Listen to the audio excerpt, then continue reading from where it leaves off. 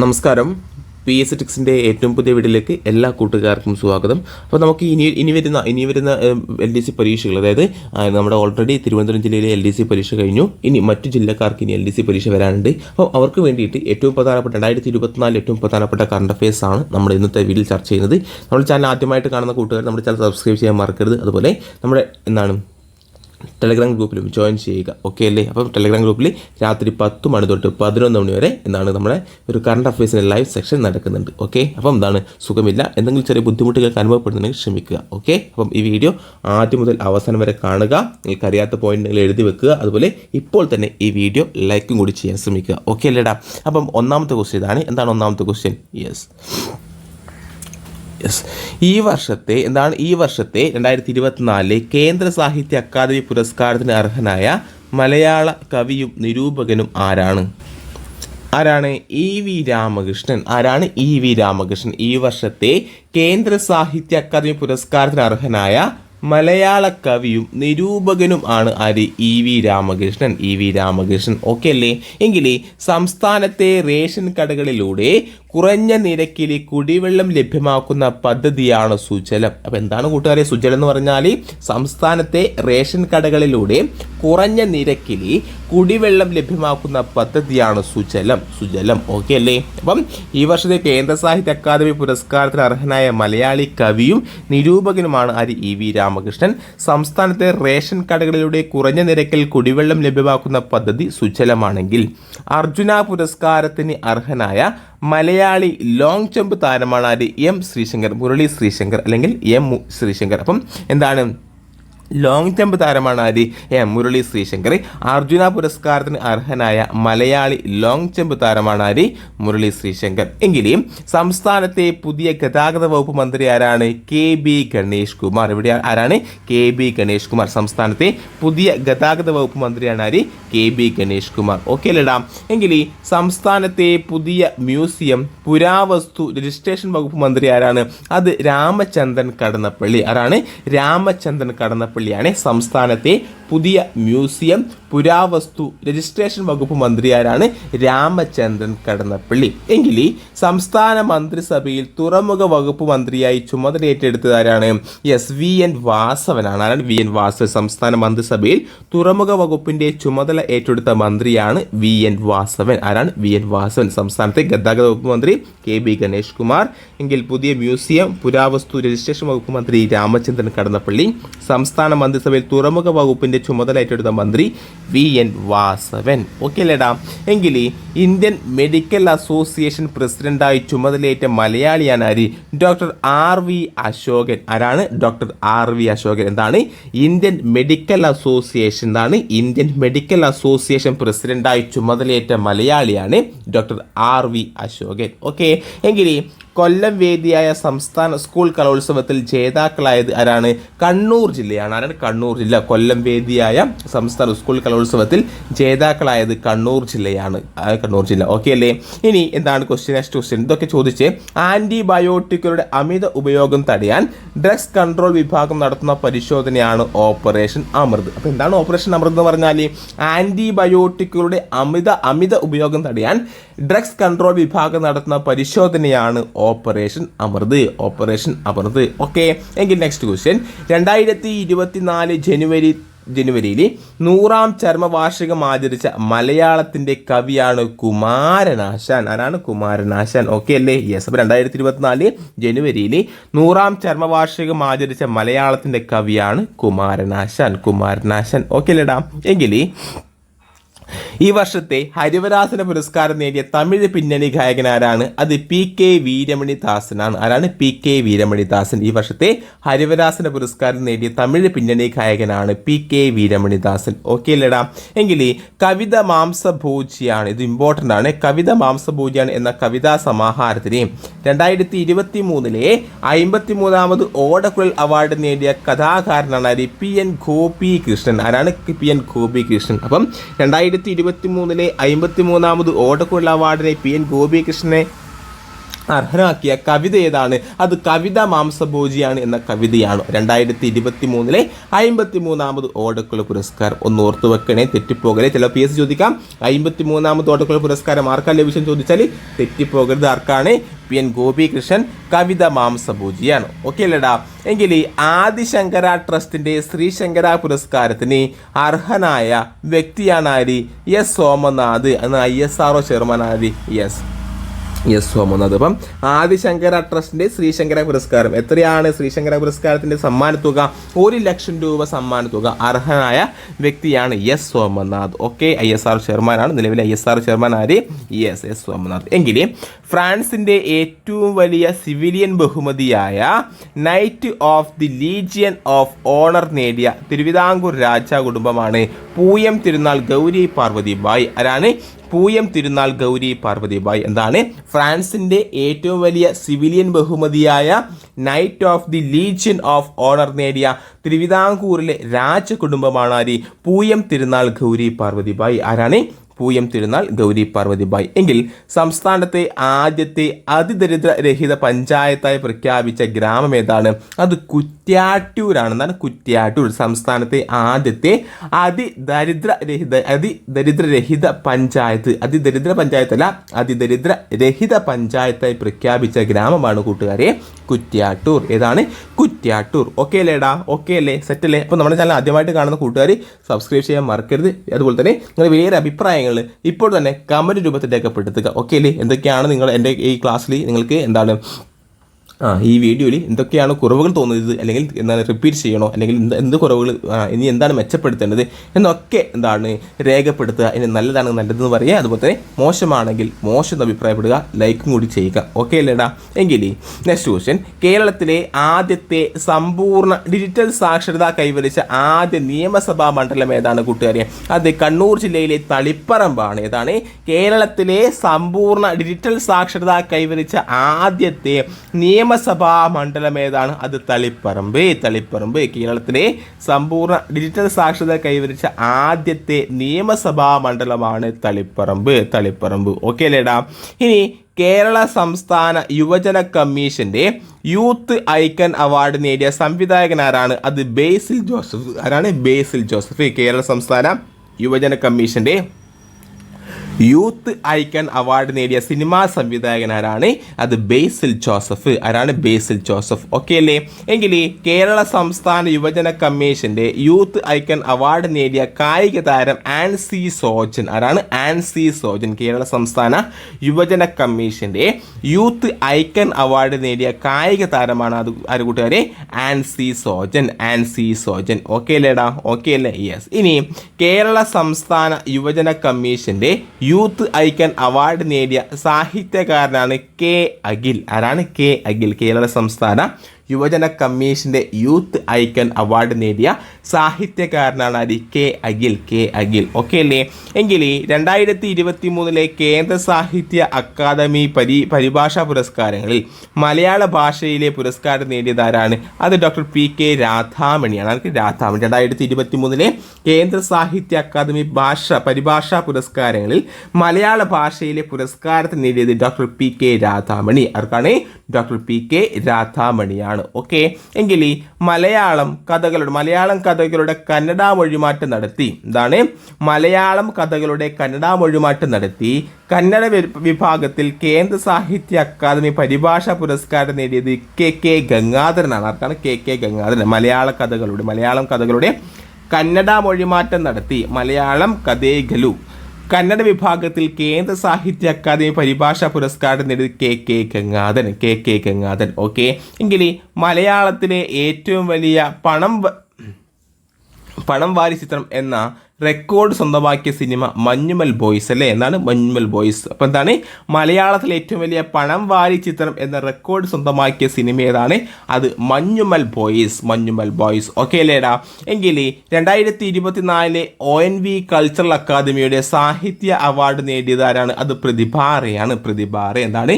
2024 ONV cultural അക്കാദമിയുടെ സാഹിത്യ award നേടിയത് പ്രതിഭ റേ. ആരാണ്? പ്രതിഭ റേ. ഓക്കെ, എങ്കിൽ ഇന്ത്യൻ ഭാഷാകൃതികൾക്ക് ലഭിക്കുന്ന ഏറ്റവും വലിയ സമ്മാന തുകയുള്ള സരസ്വതി സമ്മാൻ സാഹിത്യ പുരസ്കാരത്തിന് ഈ വർഷം അർഹനായ മലയാളിയാണ് ആര്? പ്രഭാവർമ്മ. ആരാണ്? പ്രഭാവർമ്മ. ആരാണ്? സരസ്വതി സമ്മാൻ പുരസ്കാരം സാഹിത്യ പുരസ്കാരം ലഭിച്ച ആർക്കാണ്? പ്രഭാവർമ്മ. ഇന്ത്യൻ ഭാഷാകൃതികൾക്കുള്ള ലഭിക്കുന്ന ഏറ്റവും വലിയ സമ്മാന തുകയുള്ള സരസ്വതി സമ്മാൻ സാഹിത്യ പുരസ്കാരത്തിന് ഈ വർഷം അർഹനായ മലയാളിയാണ് ആര് കൂട്ടുകാരെ? പ്രഭാവർമ്മ. പ്രഭാവർമ്മ. ഓക്കെ അല്ലേടാ? എങ്കിൽ സാഹിത്യ സാമൂഹിക രംഗത്തെ സമഗ്ര സംഭാവനയ്ക്കുള്ള സംസ്ഥാന ലൈബ്രറി കോൺഗ്രസിലെ IV ദാസ് പുരസ്കാരം എന്താണ്? സംസ്ഥാന ലൈബ്രറി കൗൺസിലിൻ്റെ സംസ്ഥാന ലൈബ്രറി കൗൺസിലിൻ്റെ IV ദാസ് പുരസ്കാരം നേടിയ കഥാകാരനാണ് ആര്? M മുകുന്ദൻ. ആരാണ്? M മുകുന്ദൻ. സാഹിത്യ സാമൂഹിക രംഗത്തെ സമഗ്ര സംഭാവനയ്ക്കുള്ള സംസ്ഥാന ലൈബ്രറി കോൺഗ്രസിൻ്റെ IV ദാസ് പുരസ്കാരം നേടിയ കഥാകാരനാണ് ആര്? M മുകുന്ദൻ. ആരാണ്? M മുകുന്ദൻ. സെറ്റിലടാ? സെറ്റില്ലേ? യെസ്. ഇനി നെക്സ്റ്റ് ക്വസ്റ്റ്യൻ എന്താണ്? ഫോബ്സ് മാഗസീൻ്റെ ലോകത്തെ അതിസമ്പന്നരുടെ പട്ടികയിൽ ആദ്യമായി ഇടം നേടിയ മലയാളി വനിതയാണ് സാറ ജോർജ് മുത്തൂറ്റ്. ആരാണ്? സാറ ജോർജ് മുത്തൂറ്റ്. എന്താണ്? ഫോബ്സ് മാഗസീൻ്റെ ലോകത്തെ അതിസമ്പന്നരുടെ പട്ടികയിൽ ആദ്യമായി ഇടം നേടിയ മലയാളി വനിതയാണ് ആര്? സാറ ജോർജ് മുത്തൂറ്റ്. ആരാണ്? സാറ ജോർജ് മുത്തൂറ്റ്. എങ്കിൽ ഫോബ്സ് മാഗസീൻ്റെ ലോകത്തെ അതിസമ്പന്നരുടെ പട്ടികയിൽ മലയാളി സമ്പന്നരിൽ ഒന്നാം സ്ഥാനം നേടിയതാരാണ്? അത് MA യൂസഫ് അലി. ആരാണ്? MA യൂസഫ് അലി. എന്താണ്? ഫോബ്സ് മാഗസീൻ്റെ ലോകത്തെ അതിസമ്പന്നരുടെ പട്ടികയിൽ മലയാളി സമ്പന്നരിൽ ഒന്നാം സ്ഥാനം നേടിയത് MA യൂസഫ് അലി. ആരാണ്? MA യൂസഫ് അലി. എങ്കിൽ കേരളത്തിലെ ആദ്യത്തെ ട്രാൻസ്ജെൻഡർ ഫിലിം സൊസൈറ്റിയായ ട്രാൻസ് മുദ്ര തുടങ്ങിയ നഗരം ഏതാണ്? അത് കോഴിക്കോട്. ഏതാണ്? കോഴിക്കോട്. കേരളത്തിലെ ആദ്യത്തെ ട്രാൻസ്ജെൻഡർ ഫിലിം സൊസൈറ്റിയായ ട്രാൻസ് മുദ്ര തുടങ്ങിയ നഗരമാണ് ഏത് കൂട്ടുകാരെ?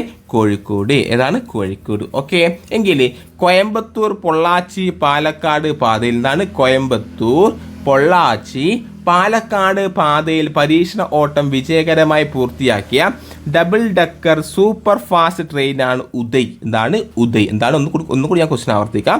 കോയമ്പത്തൂർ പൊള്ളാച്ചി പാലക്കാട് പാതയിൽ പരീക്ഷണ ഓട്ടം വിജയകരമായി പൂർത്തിയാക്കിയ ഡബിൾ ഡക്കർ സൂപ്പർ ഫാസ്റ്റ് ട്രെയിനാണ് ഉദയ്. ഉദയ്. ഓക്കെ അല്ലേ? അപ്പം കേരളത്തിലെ ആദ്യത്തെ ട്രാൻസ്ജെൻഡർ ഫിലിം സൊസൈറ്റിയായ ട്രാൻസ് മുദ്ര തുടങ്ങിയ നഗരം കോഴിക്കോട്.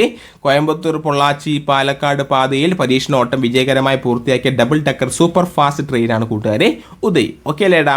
എങ്കിൽ 18ാം ലോകസഭാ രൂപീകരണത്തിനുള്ള പൊതു തെരഞ്ഞെടുപ്പിൽ കേരളത്തിലെ 20 മണ്ഡലങ്ങളിലേക്കുള്ള പോളിംഗ് നടന്ന ദിവസം എത്രയാണ്? Yes, 2024 April 26. രണ്ടാം ഘട്ട തെരഞ്ഞെടുപ്പല്ലേ? യെസ്. എന്താണ്? 18ാം ലോകസഭാ രൂപീകരണത്തിനുള്ള പൊതു തെരഞ്ഞെടുപ്പിൽ ഈ കഴിഞ്ഞ പരീക്ഷ ചോദിച്ചു എത്രാമത് ലോകസഭാ തെരഞ്ഞെടുപ്പാണ് നടന്നത്? കഴിഞ്ഞ പരീക്ഷ ചോദിച്ചു അല്ലേ? 18ാം ലോകസഭാ തെരഞ്ഞെടുപ്പാണ്.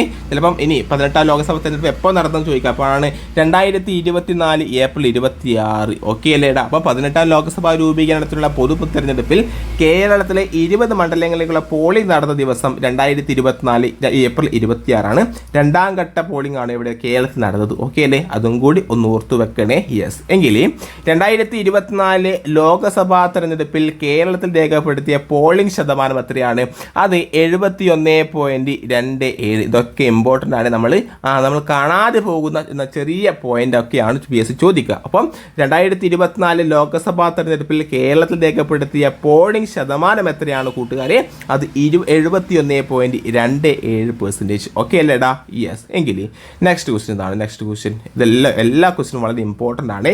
എങ്കിൽ ലോകസഭാ തെരഞ്ഞെടുപ്പിൽ സംസ്ഥാനത്ത് ഏറ്റവും ഉയർന്ന പോളിംഗ് രേഖപ്പെടുത്തിയ മണ്ഡലം വടകര അല്ലെ? ഷാഫി അല്ലെ? എന്താണ്? ലോകസഭാ തെരഞ്ഞെടുപ്പിൽ സംസ്ഥാനത്ത് ഏറ്റവും കൂടുതൽ ഉയർന്ന പോളിംഗ് രേഖപ്പെടുത്തിയ മണ്ഡലം വടകര. എത്രയാണ് പോളിംഗ് ശതമാനം? 78.41%. എത്രയാണ്? 78.41. ഓക്കെ, എങ്കിൽ നെക്സ്റ്റ് ക്വസ്റ്റ്യൻ എന്താണ്? ലോകസഭാ തെരഞ്ഞെടുപ്പിൽ സംസ്ഥാനത്ത് ഏറ്റവും കുറഞ്ഞ പോളിംഗ് രേഖപ്പെടുത്തിയ എവിടെയാണ്? അത് പത്തനംതിട്ട. എത്രയാണ്? പത്തനംതിട്ട. എത്രയാണ് പോളിംഗ് ശതമാനം? 63.37%. എത്രയാണ്? 63.37%.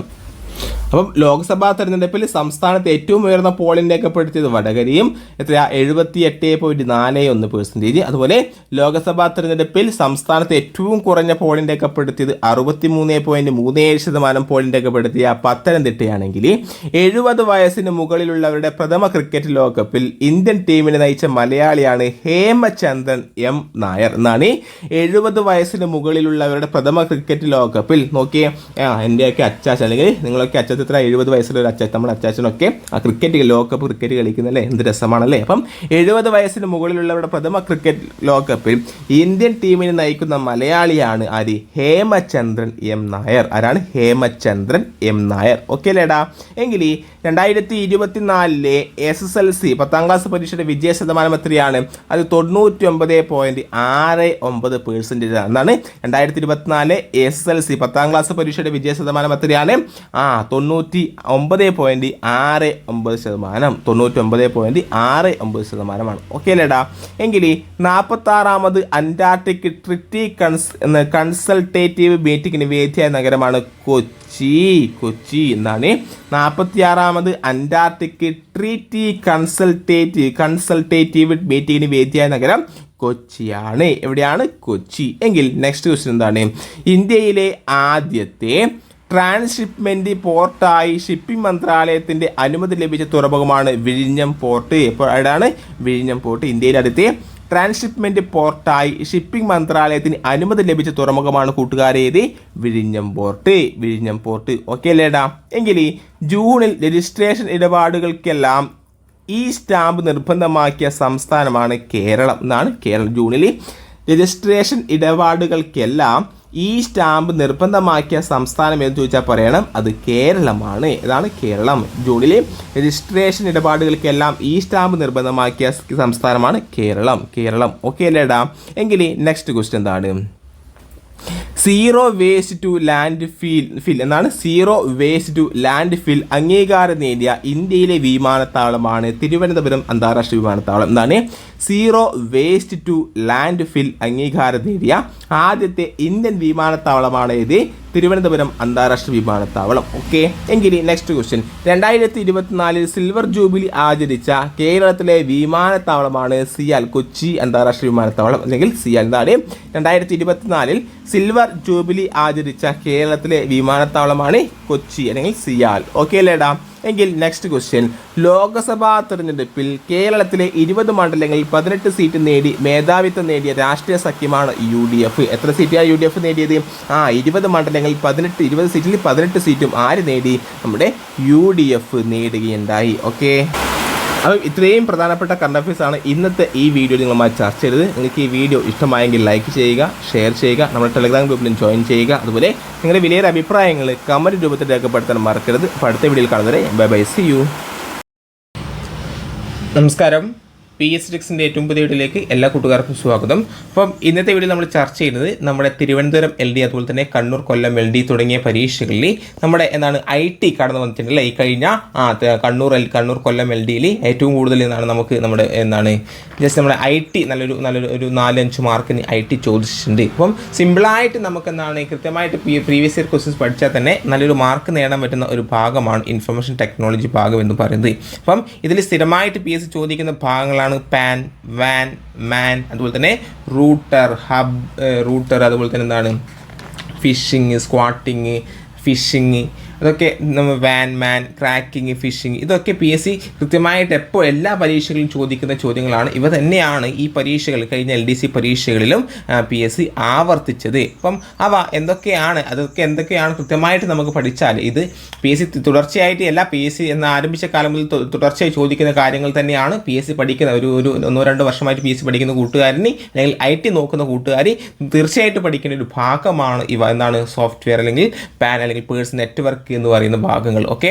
അത് ഏതൊക്കെയാണ് PS ചോദിച്ചതെന്ന് നോക്കി നമുക്ക് കൃത്യമായിട്ട് ഇന്നത്തെ വീഡിയോയിൽ ചർച്ച ചെയ്യാം. നമ്മുടെ ചാനൽ ആദ്യമായിട്ട് കാണുന്ന കൂട്ടുകാരുണ്ടെങ്കിൽ നമ്മുടെ ചാനൽ സബ്സ്ക്രൈബ് ചെയ്യാൻ മറക്കരുത്. അതുപോലെ നിങ്ങളുടെ വലിയ അഭിപ്രായങ്ങൾ ഇതിൻ്റെ താഴെ കമൻറ്റ് രൂപത്തിലും രേഖപ്പെടുത്താൻ മറക്കരുത്. എങ്കിൽ എന്താണ് പാൻ എന്ന് പറഞ്ഞാൽ പേഴ്സണൽ ഏരിയ നെറ്റ്വർക്ക് എന്നാണ്. പാൻ എന്ന് പറഞ്ഞാൽ പേഴ്സണൽ ഏരിയ നെറ്റ്വർക്കാണ് പാൻ. അപ്പം പാൻ എന്താണ് പറഞ്ഞാൽ ഏറ്റവും ചെറിയ കമ്പ്യൂട്ടർ നെറ്റ്വർക്ക് എന്താണ്, ഏറ്റവും ചെറിയ കമ്പ്യൂട്ടർ നെറ്റ്വർക്ക് എന്നറിയപ്പെടുന്നത് ഏതാണ്, അത് പാനാണ്.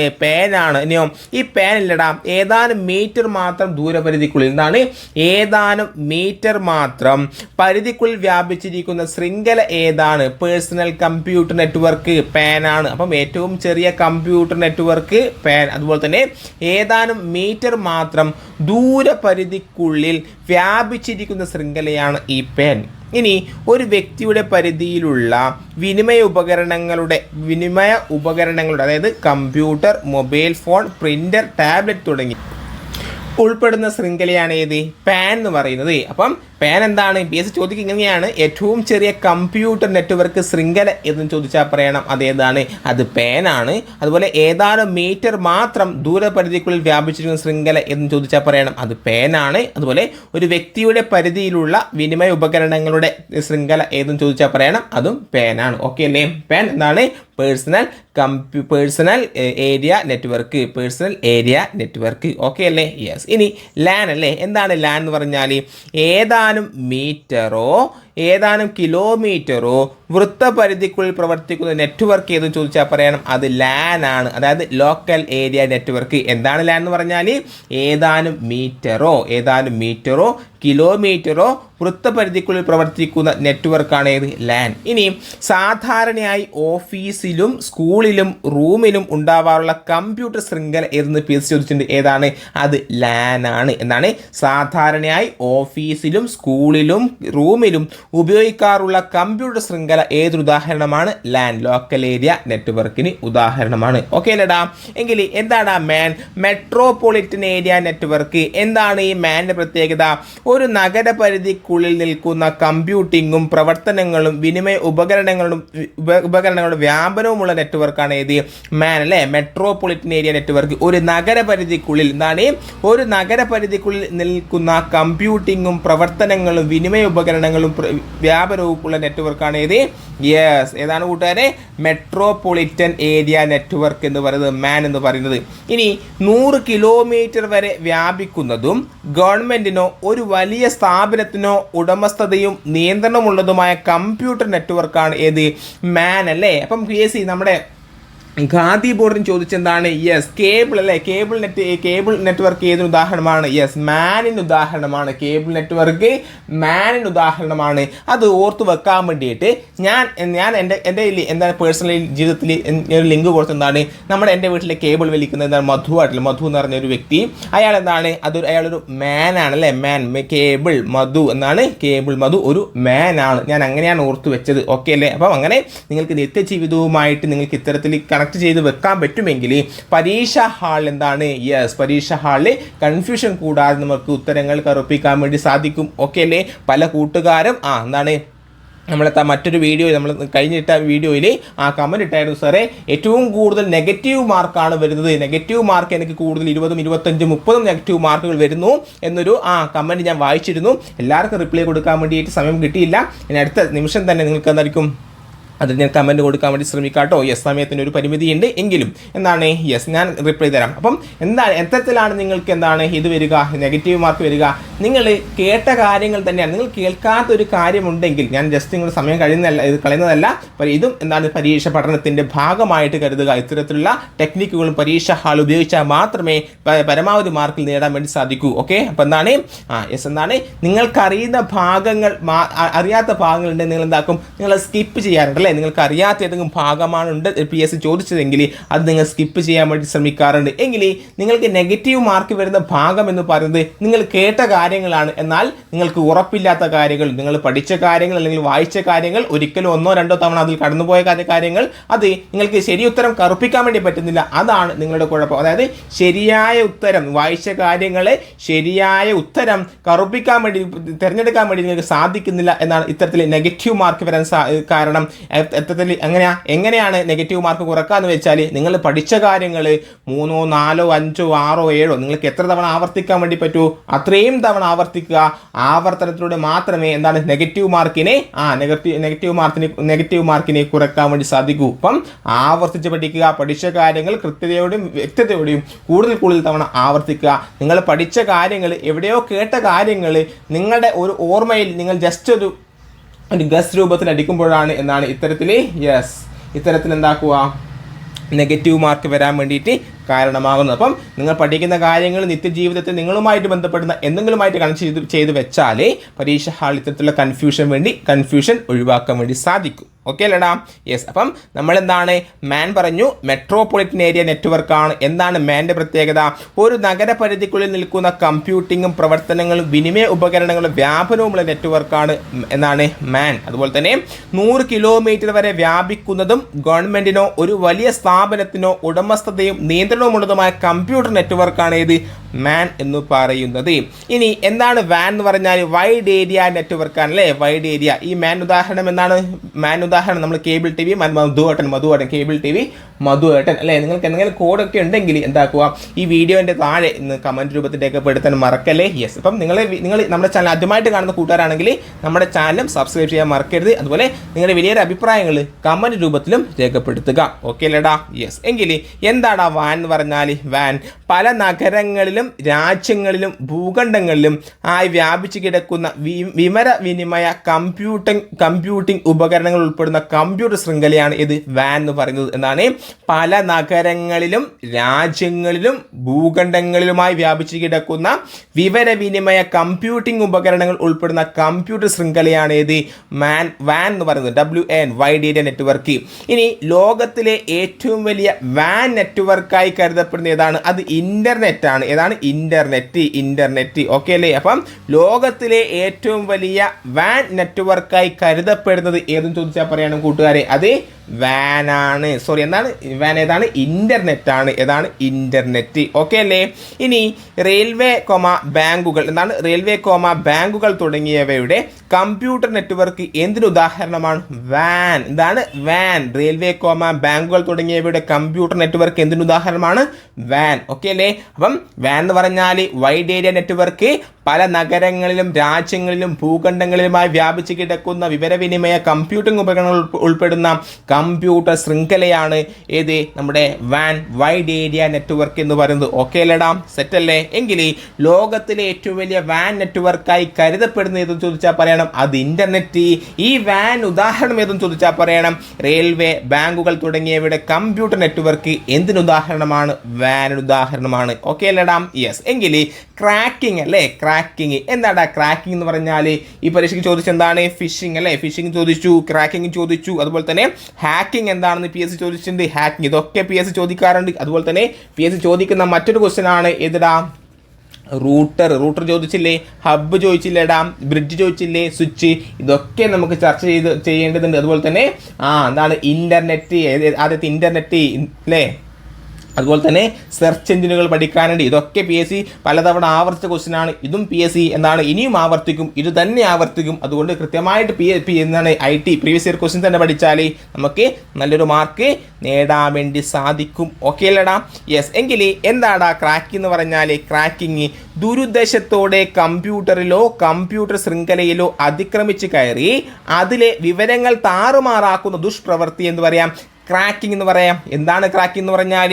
ദുരുദ്ദേശത്തോടെ കമ്പ്യൂട്ടറിലോ കമ്പ്യൂട്ടർ ശൃംഖലയിലോ അതിക്രമിച്ചു കയറി അതിലെ വിവരങ്ങൾ താറുമാറാക്കുന്ന ദുഷ്പ്രവൃത്തിയാണ് ഇത് ക്രാക്കിംഗ്. ഓക്കെ അല്ലേ? ക്രാക്കിംഗ് ദുരുദ്ദേശത്തോടെ കമ്പ്യൂട്ടറിലോ കമ്പ്യൂട്ടർ ശൃംഖലയിലോ അതിക്രമിച്ചു കയറി അതിലെ വിവരങ്ങൾ താറുമാറാക്കുന്ന ദുഷ്പ്രവൃത്തിയെ എന്ന് പറയാം, ക്രാക്കിംഗ് എന്ന് പറയാം. എങ്കിൽ ഫിഷിംഗ് അല്ലേ? എന്താണ് ഫിഷിംഗ് എന്ന് പറഞ്ഞാൽ? നമുക്ക് പല ആൾക്കാർക്കും എന്താണ് തെറ്റിപ്പോകുന്നതാണ് അല്ലെങ്കിൽ കൺഫ്യൂഷൻ വരുന്നതാണ് ഫിഷിംഗ് അല്ലേ. പാസ്വേഡ് വിവരങ്ങൾ, ക്രെഡിറ്റ് കാർഡ് വിവരങ്ങൾ, എന്താണ് പാസ്വേഡ് വിവരങ്ങൾ, അതുപോലെ തന്നെ ക്രെഡിറ്റ് കാർഡ് വിവരങ്ങൾ തുടങ്ങിയ അതീവ സുരക്ഷാ വ്യക്തിഗത വിവരങ്ങൾ വ്യാജമാർഗങ്ങളിലൂടെ വ്യക്തികളെ തെറ്റിദ്ധരിപ്പിച്ച് ചോർത്തിയെടുക്കുന്ന തട്ടിപ്പാണ് അല്ലെങ്കിൽ പ്രവൃത്തിയാണ് ഫിഷിംഗ് എന്ന് പറഞ്ഞാൽ. എന്താണ് ഫിഷിംഗ് എന്ന് പറഞ്ഞാൽ? പാസ്വേഡ് വിവരങ്ങൾ, ക്രെഡിറ്റ് കാർഡ് വിവരങ്ങൾ തുടങ്ങിയ അതീവ സുരക്ഷാ വ്യക്തിഗത വിവരങ്ങൾ വ്യാജമാർഗങ്ങളിലൂടെ വ്യക്തികളെ തെറ്റിദ്ധരിപ്പിച്ച് ചോർത്തിയെടുക്കുന്ന പ്രക്രിയ അല്ലെങ്കിൽ തട്ടിപ്പിനെ ഫിഷിംഗ് എന്ന് പറയാം. അപ്പോൾ എന്താണ് ക്രാക്കിംഗ് എന്ന് പറഞ്ഞാൽ? ക്രാക്കിംഗ് എന്നാണ് നമ്മൾ നേരത്തെ പഠിച്ചേ. ദുരുദ്ദേശത്തോടെ കമ്പ്യൂട്ടറിലോ കമ്പ്യൂട്ടർ ശൃംഖലയിലോ അതിക്രമിച്ച് കയറി അതിലെ വിവരങ്ങൾ താറുമാറാക്കുന്ന ദുഷ്പ്രവൃത്തി ക്രാക്കിംഗ്. ഫിഷിംഗ് എന്താണ്? പാസ്വേഡ് വിവരങ്ങൾ, ക്രെഡിറ്റ് കാർഡ് വിവരങ്ങൾ തുടങ്ങിയ അതീവ സുരക്ഷാ വ്യക്തിഗത വിവരങ്ങൾ വ്യാജമാർഗങ്ങളിലൂടെ വ്യക്തികളെ തെറ്റിദ്ധരിപ്പിച്ച് ചോർത്തിയെടുക്കുന്ന തട്ടിപ്പ് പ്രക്രിയ ഫിഷിംഗ് എന്ന് പറയാം. എങ്കിൽ നമ്മൾ ഹാക്കിങ്ങും എന്താണ് ക്രാക്കിങ്ങും നമുക്ക് എന്താണ് എന്താണ് തെറ്റിപ്പോകാറുണ്ട്. അത് നോക്കാം. എന്താണ് ഹാക്കിംഗ് എന്നാണ്? സോഫ്റ്റ്വെയറും ഓപ്പറേറ്റിംഗ് സിസ്റ്റത്തെയും സോഫ്റ്റ്വെയറുകളെയും ഓപ്പറേറ്റിംഗ് സിസ്റ്റത്തെയും എല്ലാം ആഴത്തിൽ പരിശോധിച്ച് ഗുണപരമായ രീതിയിൽ ആ വ്യക്തിക്ക് ഗുണപരമായ രീതിയിൽ മാറ്റം വരുത്തുന്ന പ്രക്രിയയാണ് ഇത് ഹാക്കിംഗ് എന്ന് പറയുന്നത്. എന്താണ് ഹാക്കിംഗ് എന്ന് പറഞ്ഞാൽ? ഹാക്കിംഗ് എന്താണ് കൂട്ടുകാരെ? ഹാക്കിംഗ് എന്ന് പറഞ്ഞാൽ സോഫ്റ്റ്വെയറുകളും ഓപ്പറേറ്റിംഗ് സിസ്റ്റത്തെയും എല്ലാം ആഴത്തിൽ പരിശോധിച്ച് ആ സോഫ്റ്റ്വെയർ അല്ലെങ്കിൽ ആ ഓപ്പറേറ്റിംഗ് സിസ്റ്റത്തെ എന്താണ് ആ വ്യക്തിക്ക് ഗുണകരമായ രീതിയിൽ മാറ്റം വരുത്തുന്ന പ്രക്രിയയാണ് ഹാക്കിംഗ് എന്ന് പറഞ്ഞാൽ. ഹാക്കിംഗ് ഓക്കെ അല്ലേ? അപ്പം നമ്മൾ പഠിച്ച എന്താണ് ഫിഷിംഗ് എന്താണ് ക്രാക്കിംഗ് എന്ന് പറഞ്ഞാൽ ദുരുദ്ദേശത്തോടെ കമ്പ്യൂട്ടറിലോ കമ്പ്യൂട്ടർ ശൃംഖലയിലോ അതിക്രമിച്ച് കയറി അതിലെ വിവരങ്ങൾ താറുമാറാക്കുന്ന ദുഷ്പ്രവൃത്തിയാണ് ഏത്? ക്രാക്കിംഗ് ദുഷ്പ്രവൃത്തി താറുമാറാക്കുന്ന ദുഷ്പ്രവൃത്തിയാണ് ക്രാക്കിംഗ്. എങ്കിൽ നമ്മുടെ ഹാക്കിംഗ് എന്ന് പറഞ്ഞാൽ എന്താണ്? ഗുണപരമായ രീതിയിൽ മാറ്റം വരുന്ന പ്രക്രിയയാണ് ഹാക്കിംഗ്. ഓക്കെ അല്ലേ? ഇനി സൈബർ സ്ക്വാട്ടിംഗ് അല്ലേ? എന്താണ് സൈബർ സ്ക്വാട്ടിംഗ് എന്ന് പറഞ്ഞാൽ ഔദ്യോഗിക വെബ്സൈറ്റ് ആണ് തെറ്റിദ്ധരിപ്പിച്ച് വ്യാജ വെബ്സൈറ്റുകളും വിലാസങ്ങളും തയ്യാറാക്കുന്ന പ്രവർത്തനത്തെ സൈബർ സ്ക്വാട്ടിംഗ് എന്ന് പറയുന്നു. എന്താണ്?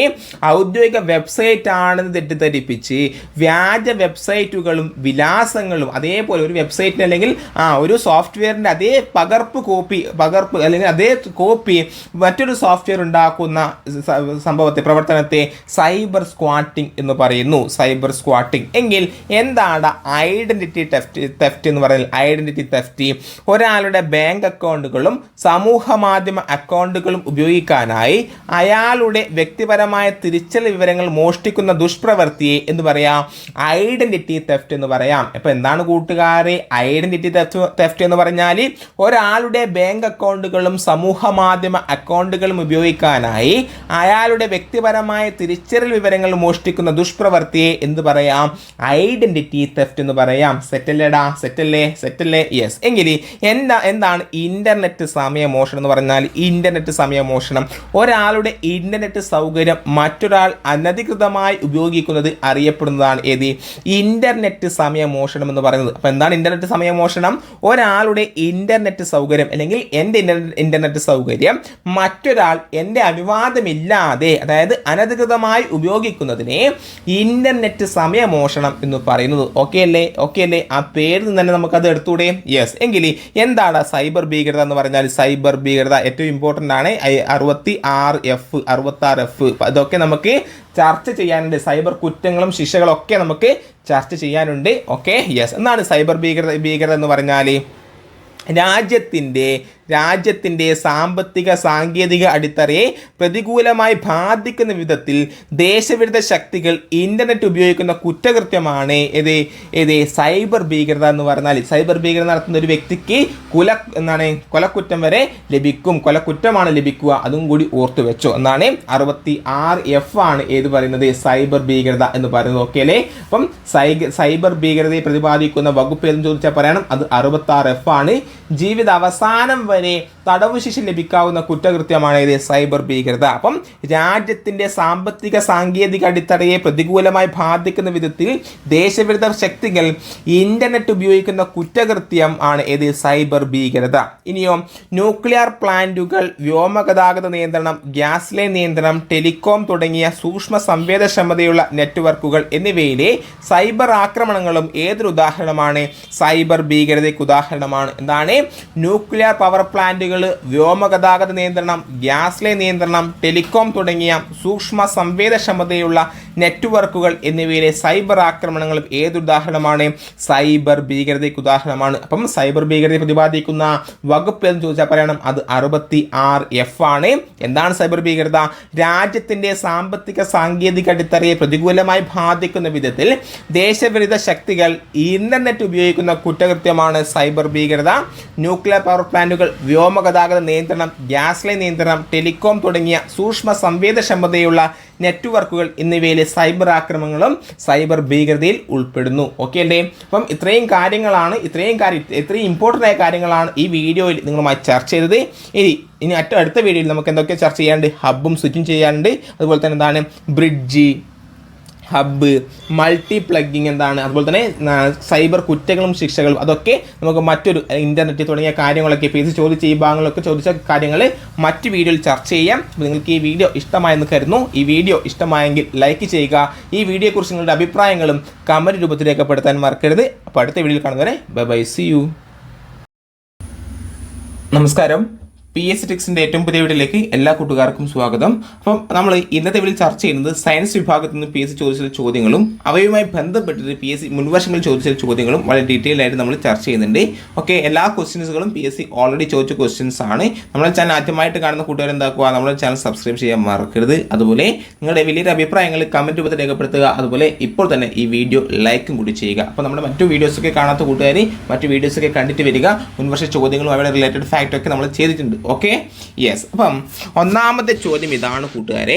എന്താണ്? ഒരു പരീക്ഷയിൽ സയൻസ് ചോദിച്ചാണ് പ്രൊലാക്റ്റിൻ. എന്താണ് prolactin? Somatotropin, vasopressin, gonadotropic hormone ഇവയൊക്കെ തന്നിട്ടുണ്ട് അല്ലേ? അപ്പം ഇവയുടെ എന്താണ്, ഇവ എന്തിനാണ് സഹായിക്കുന്നത്? നമ്മുടെ ശരീരത്തിൽ ഈ ഹോർമോണുകൾ എന്തിനാണ് സഹായിക്കുന്നത്? ഇവയിൽ തെറ്റായ ജോഡി കണ്ടെത്താൻ പറ്റില്ല. എന്താണ് തെറ്റായ ജോഡി? ഇതും തെറ്റെന്ന് നോക്കണേ.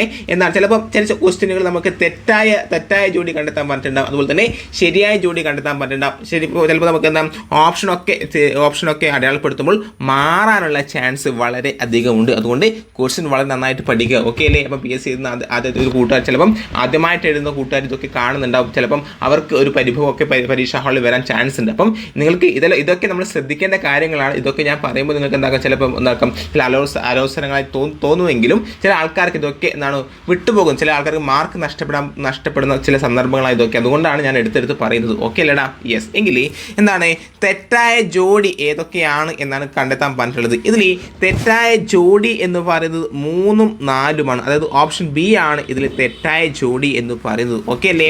അപ്പം ഈ പ്രൊലാക്റ്റിൻ എന്ന ഹോർമോൺ എന്തിനാണ്? മുലപ്പാൽ ഉൽപാദനത്തിനാണ് അല്ലേ? മുലപ്പാൽ ഉൽപാദനത്തിൽ. എങ്കിൽ സൊമാറ്റോട്രോപ്പിനോ ശരീര വളർച്ച ത്വരിതപ്പെടുത്തുന്നു. സൊമാറ്റോട്രോപ്പിൻ എന്താണ്? വളർച്ച ഹോർമോൺ എന്നറിയപ്പെടുന്നതാണ്. അത് സൊമാറ്റോട്രോപ്പിൻ അല്ലേ? യെസ്. ഇനി എന്താണ് ഈ വാസോപ്രസിൻ എന്ന് പറഞ്ഞാൽ? വൃക്കയിൽ ജലത്തിന്റെ പുനരാഗിരണത്തിന് സഹായിക്കുന്ന ഹോർമോണാണ് ഇത് വാസോപ്രസിൻ. എന്താണ് വാസോപ്രസിൻ? ഇനി നമുക്ക് ഈ ഹോർമോൺ എന്ന വിഭാഗത്തിൽ നിന്നും PS ചോദിച്ചുള്ള ചോദ്യങ്ങൾ ജസ്റ്റ് നോക്കിക്കൂടെ?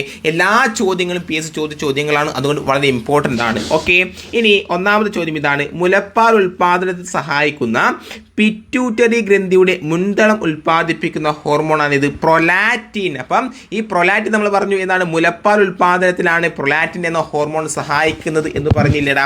ഈ പ്രൊലാക്റ്റിൻ ഉൽപ്പാദിപ്പിക്കുന്നത് പിറ്റ്യൂട്ടറി ഗ്രന്ഥിയുടെ മുൻതളമാണ്. പിറ്റ്യൂട്ടറി ഗ്രന്ഥിയുടെ മുൻതളം ഉൽപ്പാദിപ്പിക്കുന്ന മുലപ്പാൽ ഉൽപാദനത്തിന് സഹായിക്കുന്ന ഹോർമോണാണ് കൂട്ടുകാരെ ഇത് പ്രൊലാക്റ്റിൻ. ഓക്കെ അല്ലേ? യെസ്. എങ്കിൽ രണ്ടാമത്തെ ക്വസ്റ്റ്യൻ ആണ്. വൃക്കയിൽ ജലത്തിന്റെ പുനരാഗിരണത്തിന് സഹായിക്കുന്ന ഹോർമോൺ ഏതാണ്? അത് വാസോപ്രസിൻ. നമ്മൾ പറഞ്ഞില്ലടാ എന്താണ്? യെസ്, ജലത്തിന്റെ പുനരാഗിരണത്തിന് സഹായിക്കുന്ന ഹോർമോൺ ഏതാണ്? അത് വാസോപ്രസിൻ ആണ്. വൃക്കയിൽ ജലത്തിന്റെ പുനരാഗിരണത്തിന് സഹായിക്കുന്ന ഹോർമോൺ ഏതാണ് കൂട്ടുകാരെ? അത് വാസോപ്രസിൻ ആണ്. ഓക്കെ അല്ലടാ?